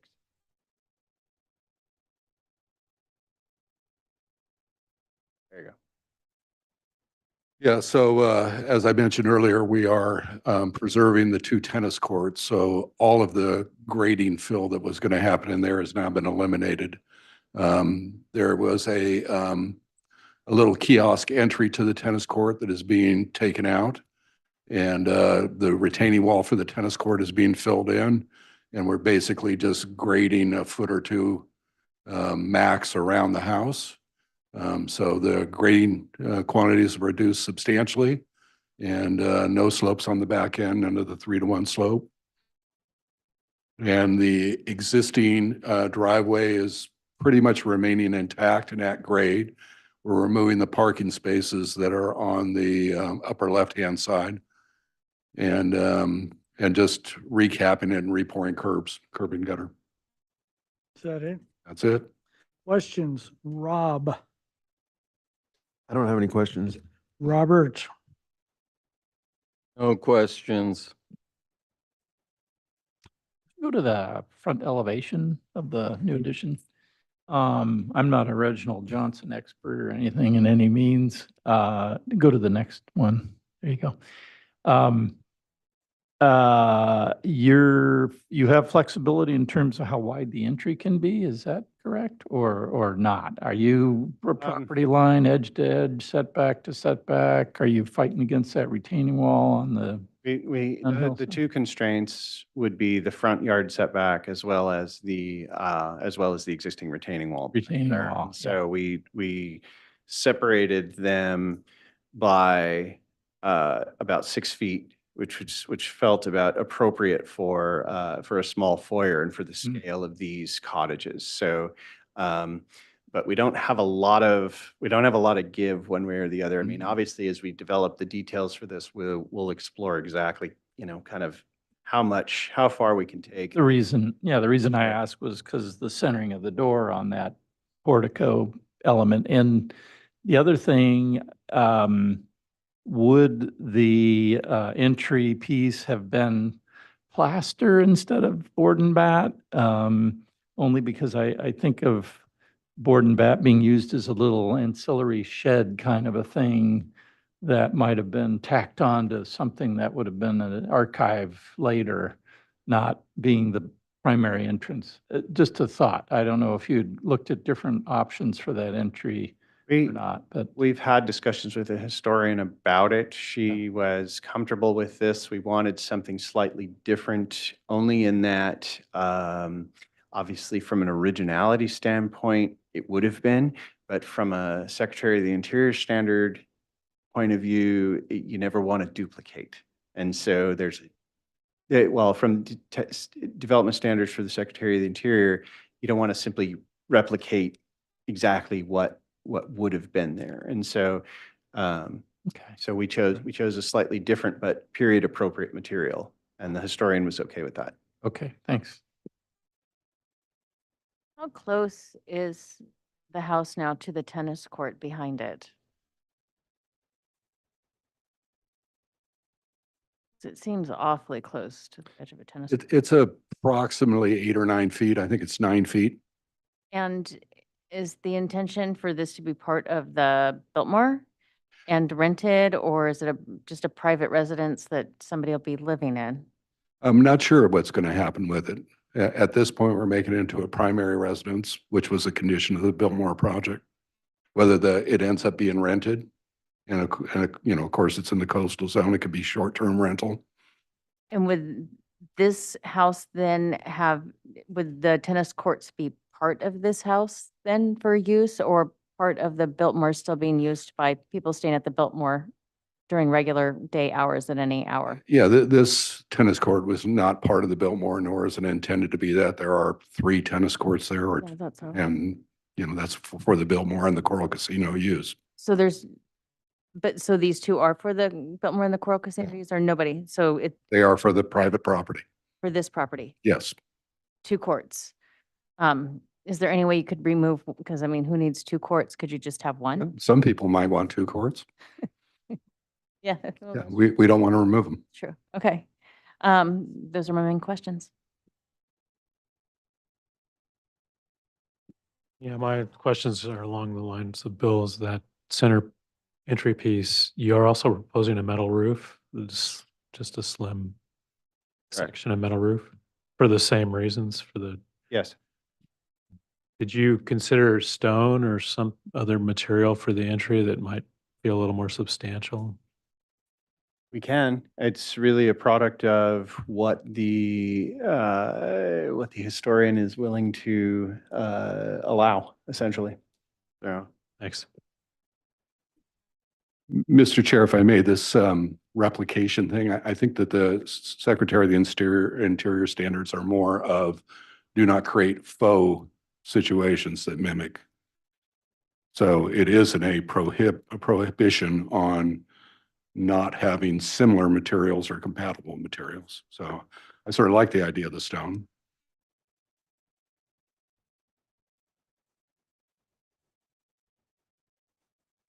There's this new arcade at the entry.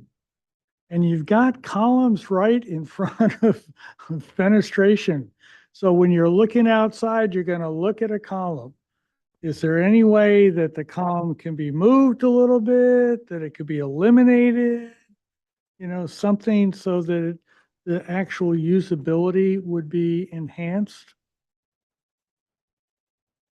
Possibly, yes. As we go through the structural, we'll have to look through all of that. I mean, obviously, we don't have a lot of leeway in terms of moving the fenestration. So, I'm not saying move the minutes. no, I understand. Yeah, just the Understand. column. Yeah. And in fact, that historian actually made us preserve on the walls we're covering the window openings in case they get reopened later. Yeah, okay. So No, I'm not trying to change the building, just the walkway. Public comment, is there anybody that would like to address the board on item number 7, 1190 Hill Road? No requests. Okay, so this is the second time we've had it, and we are on for concept today. Rob.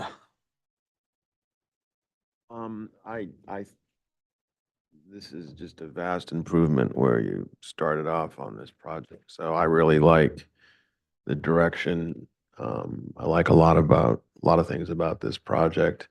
I think the notion of having stone on the entry versus the board and bat would be much better. Which makes me even think that maybe the garage has some stone on it too, to make that kind of tie together. The only, minor little comment would be where the accent paving meets that little drop-off spot. I almost think that's kind of a little awkward there, that, because it doesn't really square in, that maybe just having that whole drop-off area be accent paving would kind of go hand in hand with where you're going with all the paving. Let me ask you this: are you taking the existing brick walkway at that one section and then just like chopping it up, or are you like taking the existing? Is it a brick walkway that's out there now, or so are you repurposing it, or are you the stepping stone kind of, the stepping paver kind of quantity of that? Are you kind of, what was the Intention is to reuse as much of the existing brick as possible. are you gonna like leave it in place and cut it up, or that doesn't really work? You're just gonna It doesn't work. yeah. This is a brand new path. I mean, it's Okay, yeah, no, but I really like what you folks have, where you've taken this project, and I just think of where it started off, so it's night and day. So, I like pretty much everything about it at this point, so thank you. Robert, comments? No, I think architecturally it's good work, and the board and bat is good with me. But if you want to go stone, fine. But in general, yeah, I support this. It's a nice piece of work. Thank you. Bill, comments, please. Yeah, I think it looks good. And I think the only comment is probably the entry. You know, I feel like the board and bat is kind of not so significant as an entry piece. I know the building is kind of cottage style, so I could certainly approve a different material that's maybe a little more stately, you know, whether it's a plaster finish or a stone finish or something on it that says entry. Other than that, looks good. Stacy, please, comments. Yeah, this actually, I think, has come quite a ways from where it started. The architecture, I understand the difficulties of when you glue two pieces together, and yet you have to keep it looking different. I also wonder, instead of board and batten, maybe to consider a white brick as well, potentially with the plasterwork or stone. The roof being standing seam metal, though, just looks so odd or awkward, I think, with the existing roof, but maybe it's all about material color, pulling it together. But I think actually what's really great about this project is the landscape.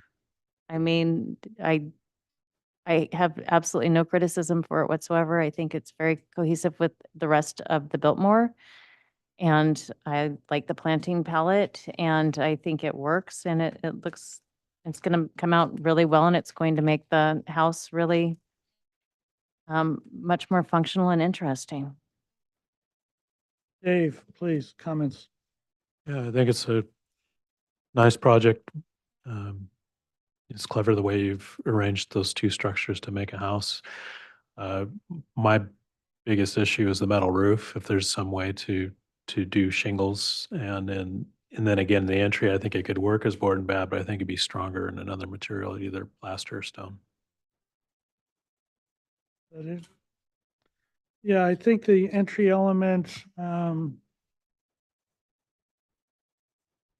would hope that you would design 2, 3, 4 different ideas about how to deal with that and run each one of them past the historian, with starting with something that looks as close to De La Guerra Plaza, De La Guerra, Casa de la Guerra as possible. I think that that's the classical look, and see what you can get away with. I mean, that's what you guys do with us, right? So, and then I would be extremely surprised, Stacy, if in a couple of months or something, we don't find that there's an interior lot line put in there and that there's another set of houses in the back. Okay, so if you go out to Google Earth, there's a lot of construction equipment and stuff like that are sitting out there right now. So I'd be very surprised if that's not, just sort of to prepare everybody. Okay, you're on concept.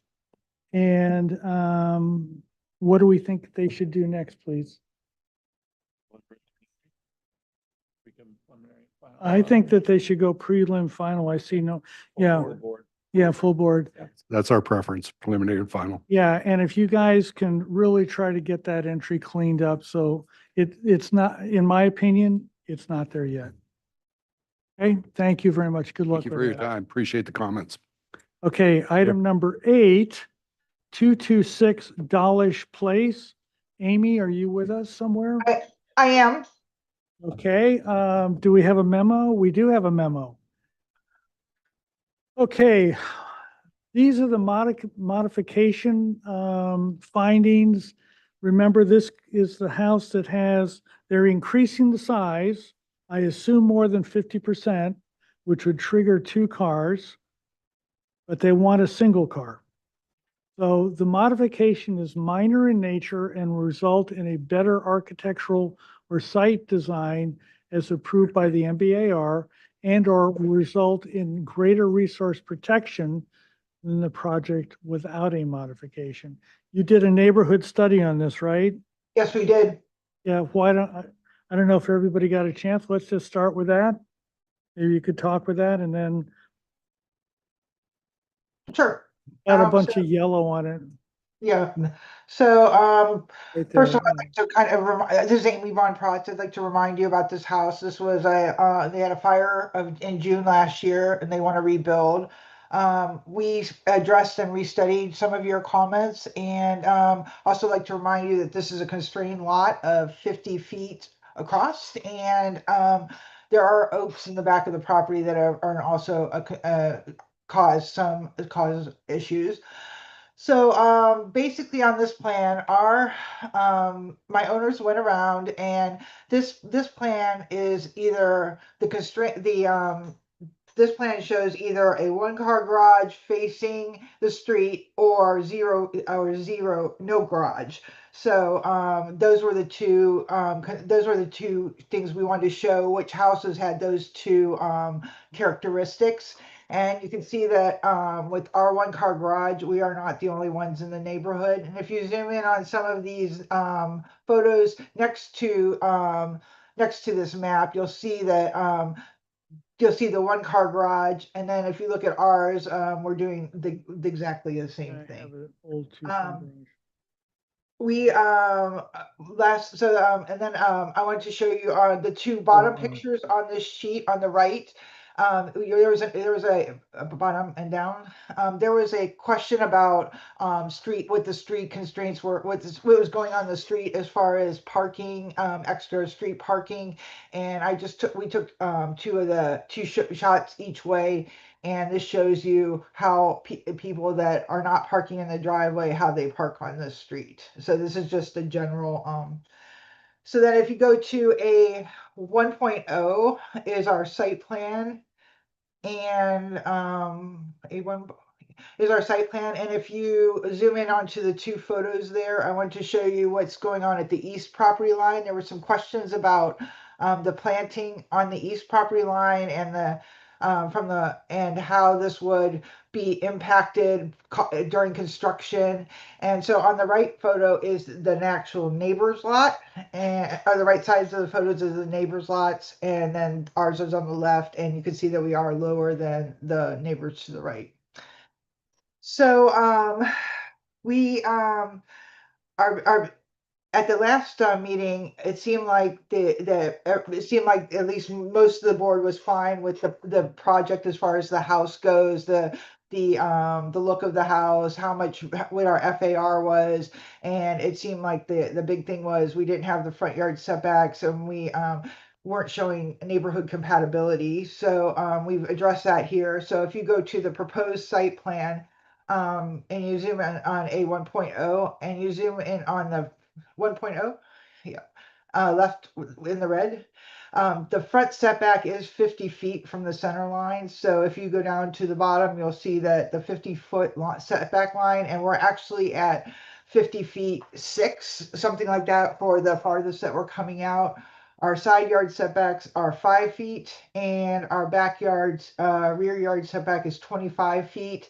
And we would like to go to we'd like to do a no build zone back there and go a little bit about 2 or 3 feet into that rear yard setback. I think that was really the issues that you asked us to come back with this time. And then the last thing is the landscape plan, and that's on a 1.2 right there. First of all, draw your attention to the back. You'll see that the line in the back shows the drip line for the oak trees, and you can see how far that comes into our property. We are giving you some. We're going to plant on the east property line. There's our plantings, and we were going to use some olive trees to because we know that they will. They're tough plants, and that they will. They look good, and they'll make it through construction. But we do plan on anything that's destroyed and that gets killed and we will replace it. I think that's it. I don't really think that we need to go through the floor plans and elevations unless you need to do that. They haven't changed since last time we were here. Again, we're talking about site constraints, setbacks, landscape plans, and this and how our project is compatible with the neighborhood. That's all I have. Thank you for keeping it nice and sharp. Questions, Dave? No questions. Stacy, questions? No questions. Rob? Amy, I think I mentioned this last time. You had I had, and maybe I didn't, I know I talked about having a pedestrian link to the street Sure. with the front walkway. Did you study that or look at that or? Actually, what we did, good point, on a 1.2 in the landscape plan, what we'd like to do is a meandering kind of stone walkway that will bring us down, and we have a whole bunch of agaves right around that, and we would like to bring that pathway down, maybe down 2 stairs, and then let that feed into the driveway and then walk down the driveway. Have you considered a ribbon driveway? No, we haven't, no. You're doing a new driveway, aren't you? It looks like the, I don't believe there's no plans to do the driveway. That's okay, one. for some reason, I thought maybe it was, No. maybe I'm thinking of another project that there was enough issues there. It had to be Oh, um, not the driveway's not. redone. Okay. All right. Those are my questions for now. Robert, questions? I'm trying to remember. So is this a total tear down? That was a burn.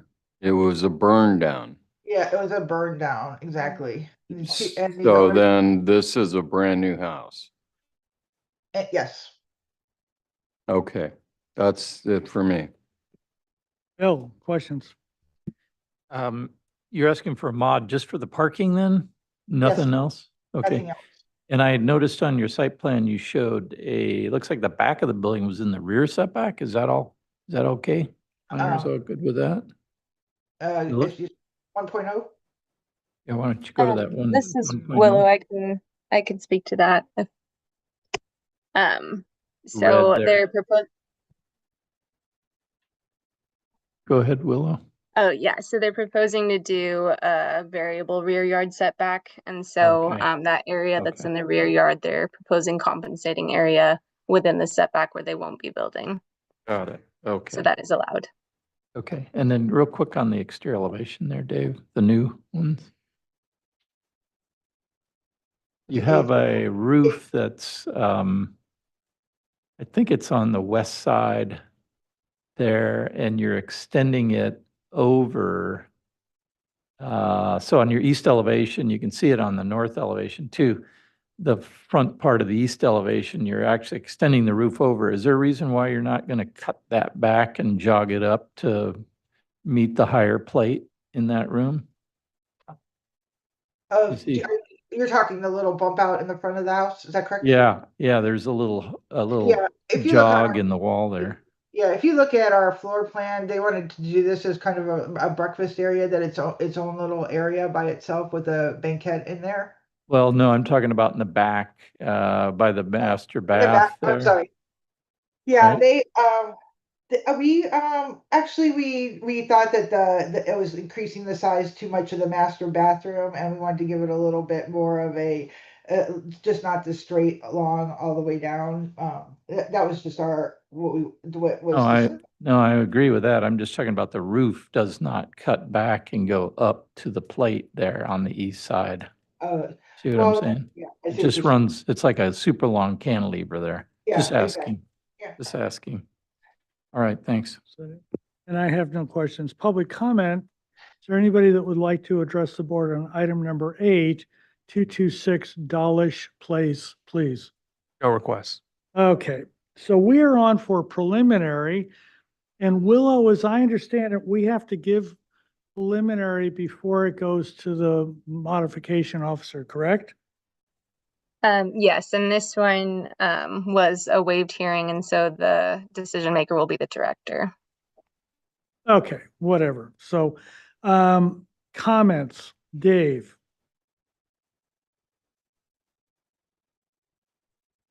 Yeah, I'm fine with the project being supported as proposed, including the modification. And the mod. Yes. Stacy, comments, please. I'm with Dave. I can support it as proposed as well as the modification. Rob, please.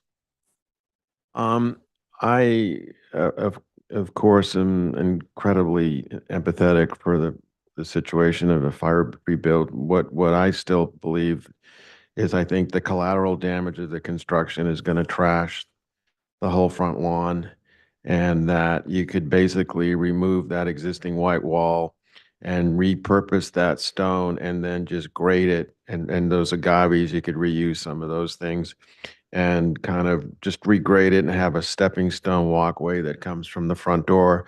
We're trying to, it's an opportunity to like not be Goleta and be Montecito, and having a walkway that comes out to the street is more um, in keeping with more of a custom house as opposed to a tract house. And to me, the minute you bring the paving over onto the driveway and access that way, you kind of do that. So I think that the things I'm suggesting with the flagstone and regrading and all that are very simple things, and the nature of the construction you're doing could easily be accomplished. So I would kind of stand by that, but would support the rest of the project.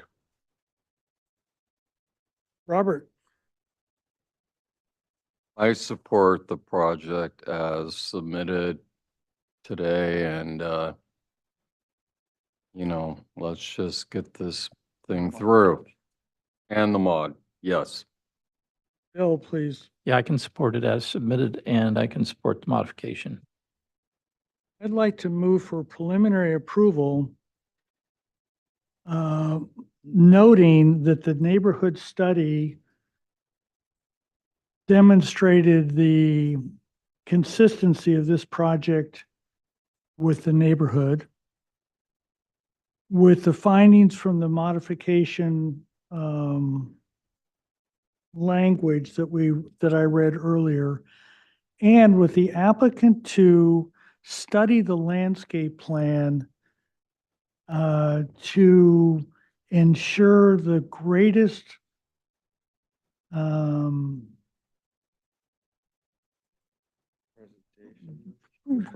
presentation of this property to this front street at final.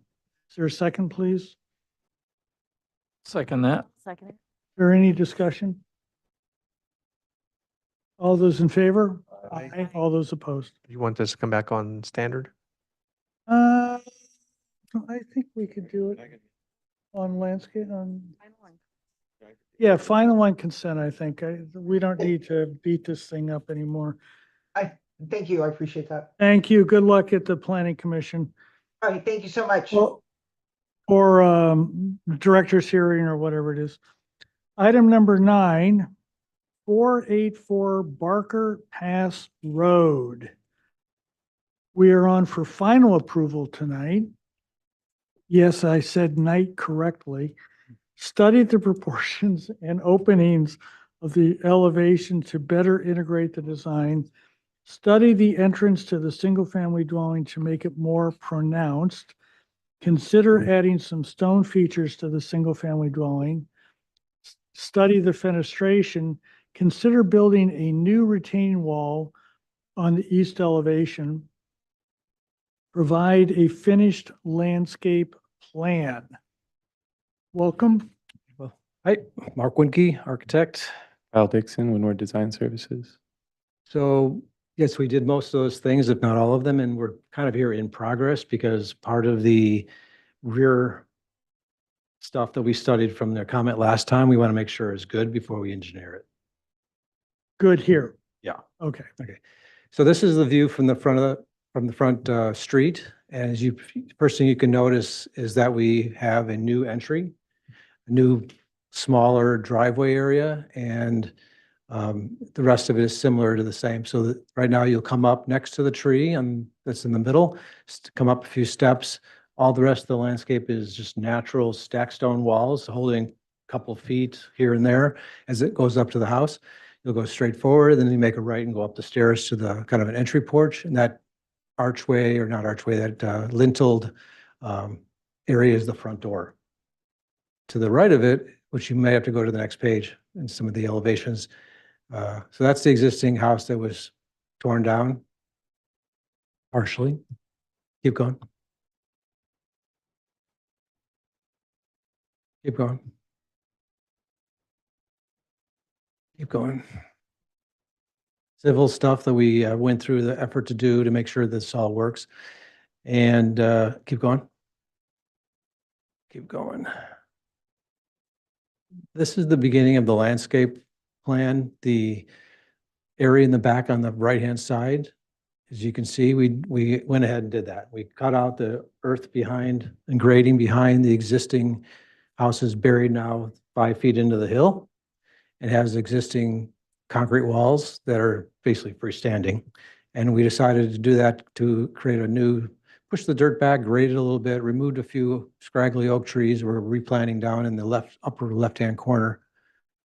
And separated the hillside, made it sort of slightly steeper there. It goes up to a area on the right, which is sort of a grassy area to have play. So now it's really nice and much more waterproof, but it gives the house a sense that it's nestled into the hill, but also has a private area, and it creates a much nicer area for the courtyard in the middle of the house as it looks back up the hill and has this choreography between the lower and upper terrace, the courtyard and the upper terrace above.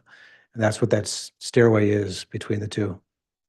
Let's see, the rest of it, this is a landscape plan, which I'm winging for Chris. Basically, it's the same as before. The stairway has been moved to off the front motor court, as you can see there, and then comes across and makes a right and goes up to the front door, a little porch.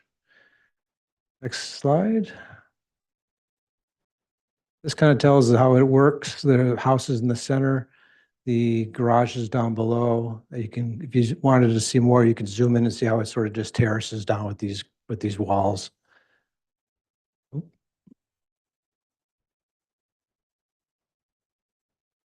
I think he's going to the next slide. Trying to.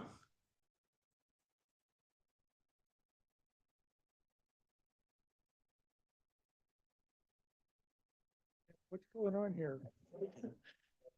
I like the work you did there, guys.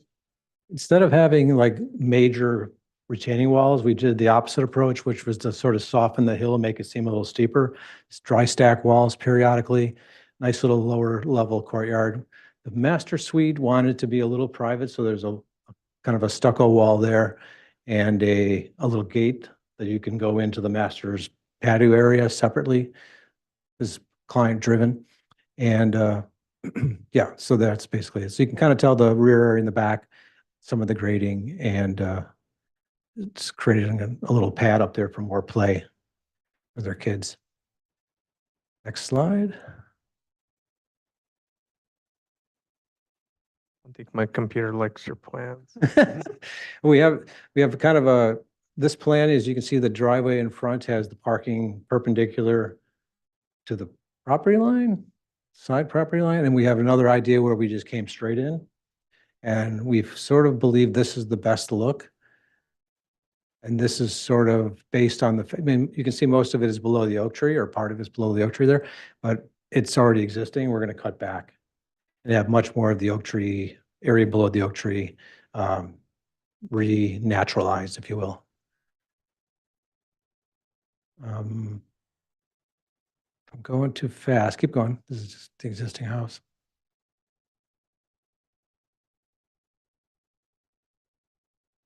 Yeah, that kind of shows you the back area if you look at the top right. The far right was the south turf lawn that faces south. It's basically a little small patio and a little turf area for the kids to play, area in the back. The brownish colored wall is the stacked stone wall that kind of holds up 2 or 3 feet of dirt at maximum. Most of the time it's 2 feet, and you could almost sit on it. And then the 2 green areas are sort of decorative planters where they're going to be planting various plants. That's on Chris's list. The left-hand side is the hot tub, and that was the area I was talking about with the master bedroom, private courtyard or private outdoor space. So we're very appreciative of the comment last time about how to separate this from utilizing the existing walls, which were probably too old and could have easily failed with waterproofing issues. And that's been a major asset, I think, to the look of the house. Keep going. We can get to look at the elevations and hopefully get home in time for dinner. Existing. Next.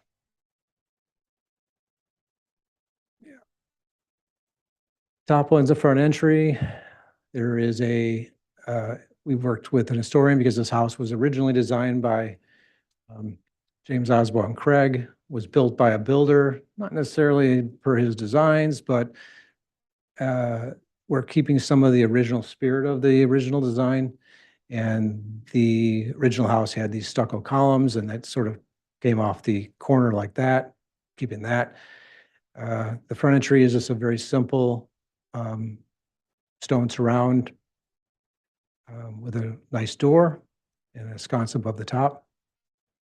Let's see what else. So the second elevation from the top, we studied all of the windows and doors, and many of them have already been purchased. But we were able to confirm them and their layout, and as you can see, they're all the same heights, and they're the excuse me, the right kind of divided light situations. So I think that looks really good.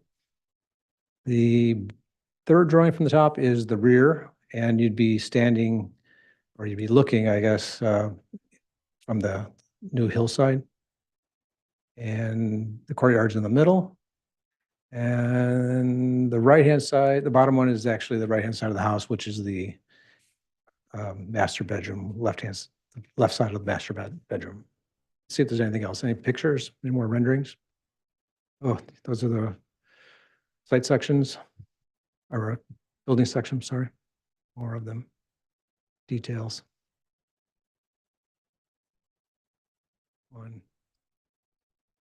The first one.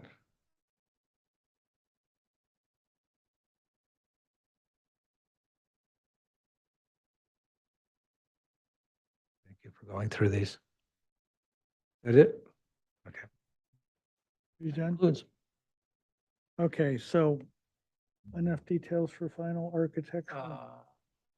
No, okay, very good. Questions, Bill? We're on for final questions, Bill. That's a perfect image right there. Had you considered the idea, because you kind of go into entry and then you come out that side door. Had you considered the idea of doing just an opening there instead of a railing and a column and maybe even matching it on the other side? I don't know what's on the other side inside, but then you've got kind of a nice symmetry about the entry there. Or what's the purpose of that side door there, I guess, is? Well, the column in the carved out corner was part of the original design, even though the house wasn't even addressed or entered from this side. That was part of the original design. So part of the historical report was to try to keep part of this as the spirit of it. And keeping it as a spirit, we decided, well, the left-hand side as you walk in is sort of the nook where you can take your shoes off, put them in these cubbies, and the entryway is in the center. And the right-hand side, you can actually exit right away to the side yard, which may be beneficial for having people come over and stuff like that. So the historian kind of drove that? Yeah. Really? So we don't have to have a door going into that area, but James Osborne Craig, right? right, yeah. Wow. Yeah. He didn't actually, well, back in the day, he drew a sketch and a floor plan and gave it to the guy to build for a cottage. And Paper and napkin. it was, yeah, that was it. And so they built it basically, but they didn't really build it for his design, except for the floor plan, basically. But So yeah. so I didn't see chimney cap details or railing details or an exterior Any lighting. questions? Oh, well, I'm asking if they have them and I missed it. I can't remember, we went by those really fast. I don't know if we have them or not. Okay, I didn't see them, so I just wondered if you have them. Questions, Thanks. Stacy? Yeah. Did you consider kind of a more organic layout to the retaining walls in the front of the house, working more with the existing topography?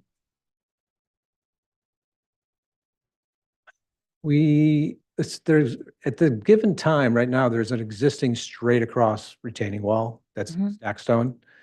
So Where's that? Can you show it's me? right kind of where it is, the same place, same location, Can we see it on the plan, like which one? Because I'm in looking front of the at, cars. I'm looking at Common Grounds plan. Yeah, go to Common Grounds. I don't know what page that is. Is it number 9 on Common Grounds? Yeah, Um, there you go. Oop, well, that kind of shows you what it looks like, but. And there's one of them is curved, as you can tell from. Okay, yeah. And the other ones are straight. Okay, so those exist. Yeah, and then one right behind it, which is you walk up those stairs and then there's a left to right cross walkway is DG, has a small little 6 to 1 foot high curb of stone. Okay. You can kind of tell there. Did you consider maybe raising that back wall up so that you could eliminate having to have so much heavy guardrail and being able to have it more open by having less than a 30-inch drop? No, we couldn't do that. It was too steep. From the pathway in front, Yeah, but if you raise that wall up in front of it and raised it up and added planting, you could, oh, I see what you're saying. Make that Consider it. wall like 4 to 5 feet as a retaining and then Mhm. have a 30-inch drop. We did not look at that. No. or split the difference.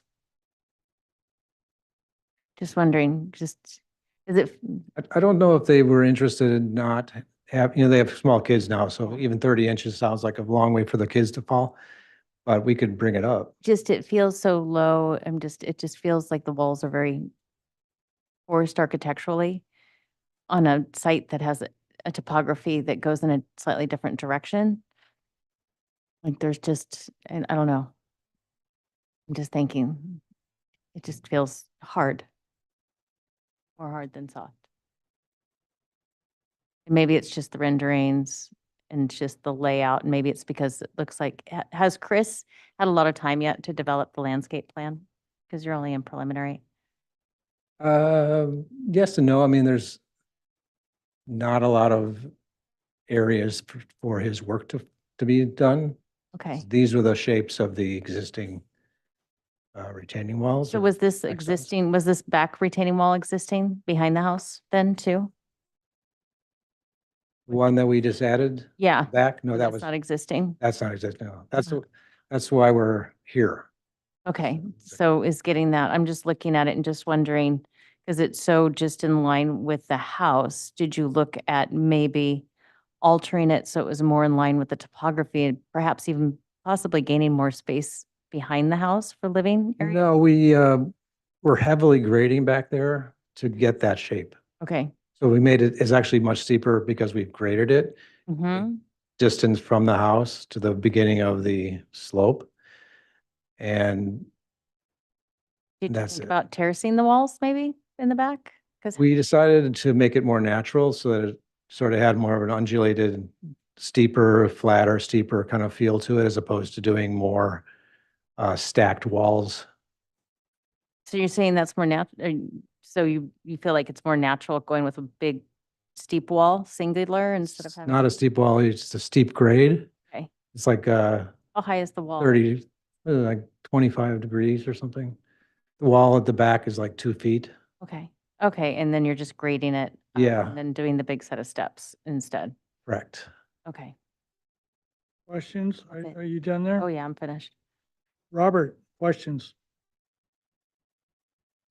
I think I get back to my previous questions.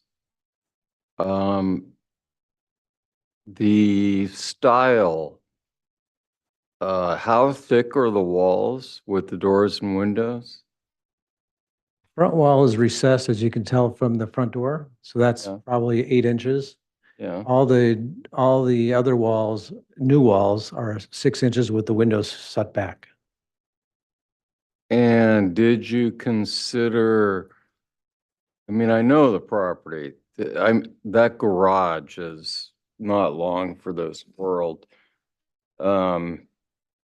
Redoing the garage, maybe in a slightly different location with a couple carriage house doors or something that would be more in keeping with the style of, you guys are really close. Yeah, we That looked, garage is, yeah, we did do the new carriage doors. That was mandatory and it's being retiled with 2-piece tile. They don't want to spend the money on moving the garage in a new location. Sort of works, doesn't really, it's kind of out of the way. And then we're tweaking it by adding some corbel details and nicer sconces to try to make it, did you do corbel details? I didn't see those. it's on the, one of the And again, in keeping with the style, did you consider a railing that's a little more Santa Barbara decorative at that front entrance? If you look really close, there are like little knobs. What do they call those things? Little round Yeah, sections, yeah, knuckles, yeah. okay. And then corners that have, it's supposed to feel simple but decorative, Spanish Mediterranean, but it's sort of a little bit like, you can't tell if it's been here a while. Is this an old railing or a new railing? So that's sort of the cut we're taking, is it sort of has these knuckles in it, but also has some small balls in the corner and just kind of simple. Okay. All right, no more. Rob, questions? Did you guys at all consider just trying to, and I've looked at this, I mean, it looks like to me that if you can reconfigure the driveway, that you could have the front steps just come straight forward and you could make the room to, there's a couple ways you could do it, but having the steps rather than doing this, coming off and doing a 90 out of the house and then kind of coming down. We originally, I mean, did you look at just bringing the steps straight on? yeah, down we in a originally had, kind of manner and, This- or even S down and kind of Okay. an organic. previous design, if we could pull it up or whatever, the front entry was on the left corner. Right? Right now you see it in the center. Mhm. The previous design was on the left corner. It had a little niche that was a porch. And then the stairs came straight out. The problem we were having is this is sloped from the finished floor down to the driveway. It just kept going and kept going and kept going. There were 2 strings of stairs. There were 18 stairs just to get to the driving area. So we said, okay, this looks stupid actually, and so does the entry off to the side. So we refocused on how do we make this look really nice, and started with having the door in the center. And then having stairs come straight out from there, we had the same problem. It was really formal and we didn't like the way it was sort of like, how many stairs do you need to get out of here? And so this. No, was I like a get, no, I porch, just, I mean, I didn't. 7 stairs to the right, and then you're basically at grade. And then I'm trying to get my hand on, why is there this, this gravel path straight gravel path that goes across the front? What is the purpose of, it's kind of like dueling walkways, it's really busied it up, having this Yeah, gravel path. that's existing, and it front. goes to the right-hand side, so you can go up. Then it goes to the left and I Yeah. mean, That's I'm looking existing where too. you could just get, I mean, I think what Stacy was alluding to, where you could have terraced these stone walls and had, other ways to I kind of agree with that. navigate. And it doesn't, so I guess we're in question mode, aren't we? So, okay, sorry. So, I mean, there's correct me if I'm wrong, there's 2 units to this, right? Is there 2? I mean, why is there this walkway goes off to the left? I mean, for some reason, I thought from before was it like a duplex or something? No. So, It just goes off next to the garage. It goes off on this little arc. okay, so then why do you Skinny need area. all that? What's That's already there. it's already there? Yeah, you are correct though. So that is all an existing, all the site work in the front and the topography was preserved from the entryway to the street. But you were correct that in previous submittals, we had a second path that came up to what was like a laundry room access and into the kitchen. Did you consider also reducing the amount of paving Did, yeah. out there? And because I see where I mean, I just glanced at it. It looks like you could have parking go head on and you could do some different ways of configuring that front walkway and not have it and have it more in keeping with the style of the house. So I guess another question then, was the entry section of that ever taller? I mean, was the plans or was it always the same height? Was it more proud, like the entryway? Did it kind of have a little bit more stoutness, just in terms of it sticking up another foot or 2 or something? No, that it's the called same. It's okay. just we're just taking where the original house was. We're just pulling it forward like 6 to 8 feet. I can't remember the exact dimension to the new entry facade. It's the same kind of gable end. And that was sort of part of the style and part of the original design. Boxiness of the gables. Okay, those are my questions for now. Dave, questions, please. No questions. And I have no questions. Public comment. Is there anybody that would like to address the board on item number 9, 484 Barker Pass Road, please? No request.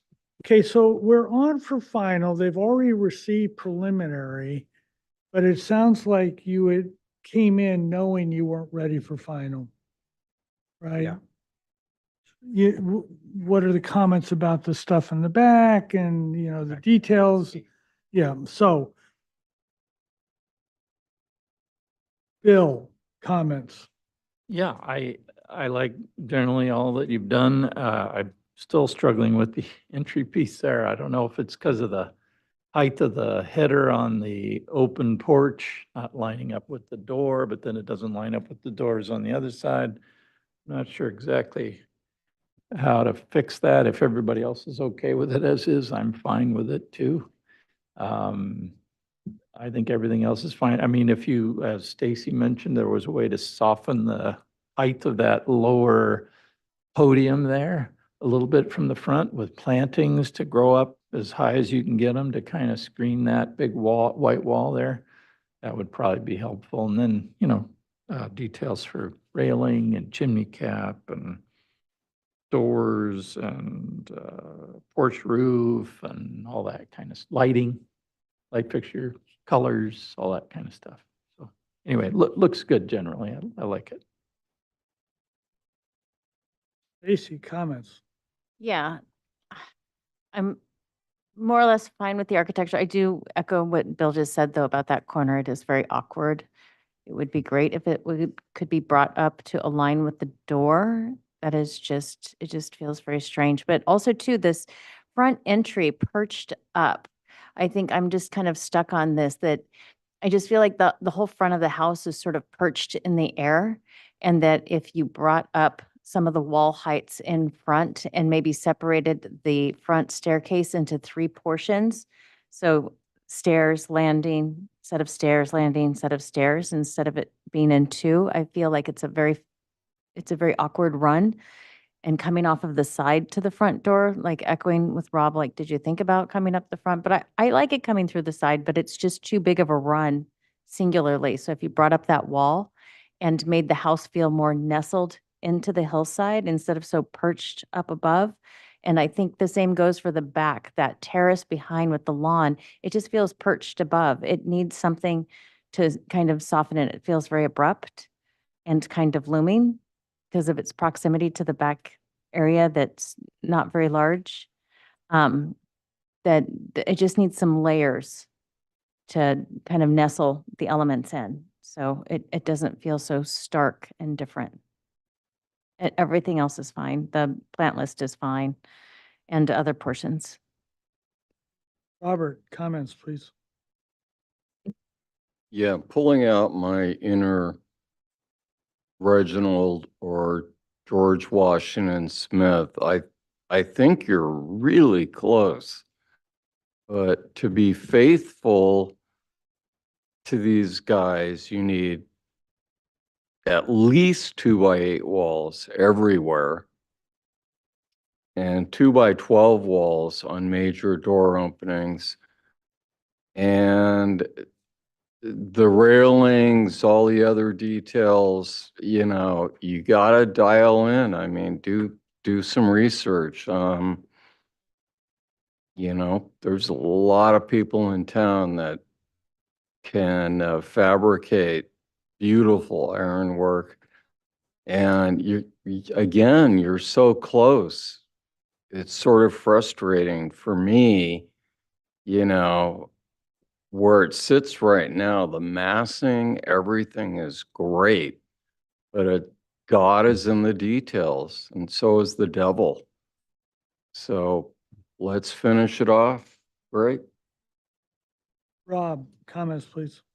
So, and then this is just a thought. I mean, I think that if you came out the front door and you just had a small landing with the terracotta steps, and then you went down into kind of into some flagstone and then had Cherokee steps that curved down, there rather than doing this 90 thing, and then substitute all these like straight runs of DG or gravel paths and start introducing stepping stones where you can kind of meander stuff. And I think you can, and that includes the edge of the driveway. I think you can kind of organic this up and naturalize this up with the way the details come together. Right now, it reads too stiff. And I think it could be more Montecito if you do those, kind of take those kinds of materials and then let them do their thing. And like I said, just coming straight off for just a short bit, get down a little bit, and then have a landing, and then go right to stone, and then curve it down to the driveway, and then that solves having, 18 steps or risers going on down, and then it starts to look more organic and natural, and that's what's really bugging me about kind of where this is at. And then there's so many things going on. I think that's a way to kind of simplify it, rather than having, and then also that helps get rid of like looking at railing in there. You're just having rails come down the side, and then you get it down enough, and then you don't need railing. You just kind of or you just need a simple handrail, and you can go and use more wrought iron and simple wrought iron railings and things like that. So anyways, that's where I'm at. I'm just still struggling with that. It's not quite there for me. Dave, Appreciate please. the removing that other pathway there would help a lot. Thank you for that comment earlier. My comments are similar to the other board members. The opening on the right-hand side of the entry, I think, is the right height. I think if you raised it up, it would not look as good. So I'm okay with that. But the procession of getting to that entry is awkward. I'm not sure how to fix it. But I can support the project. The Upper East Side used to be the Montecito back in 1910, 1920. You ought to take a little time up there, I think. I think a lot of the stuff, you'll see just the right things, so. Okay, and then, of course, down around City Hall, too. Okay, so what I heard was soften and complete the details. Okay, so I would like to move for a continuance with the applicant to restudy the look and feel of this building as it would be expressed in details and complete the details. Is there a second, please? Any further discussion? All those in favor? Aye. All those opposed? Good luck with that. Thank you. Is there a motion for adjournment? I'll move to adjourn. No. Move to adjourn today's July 10th, 2025 meeting. Is there a second?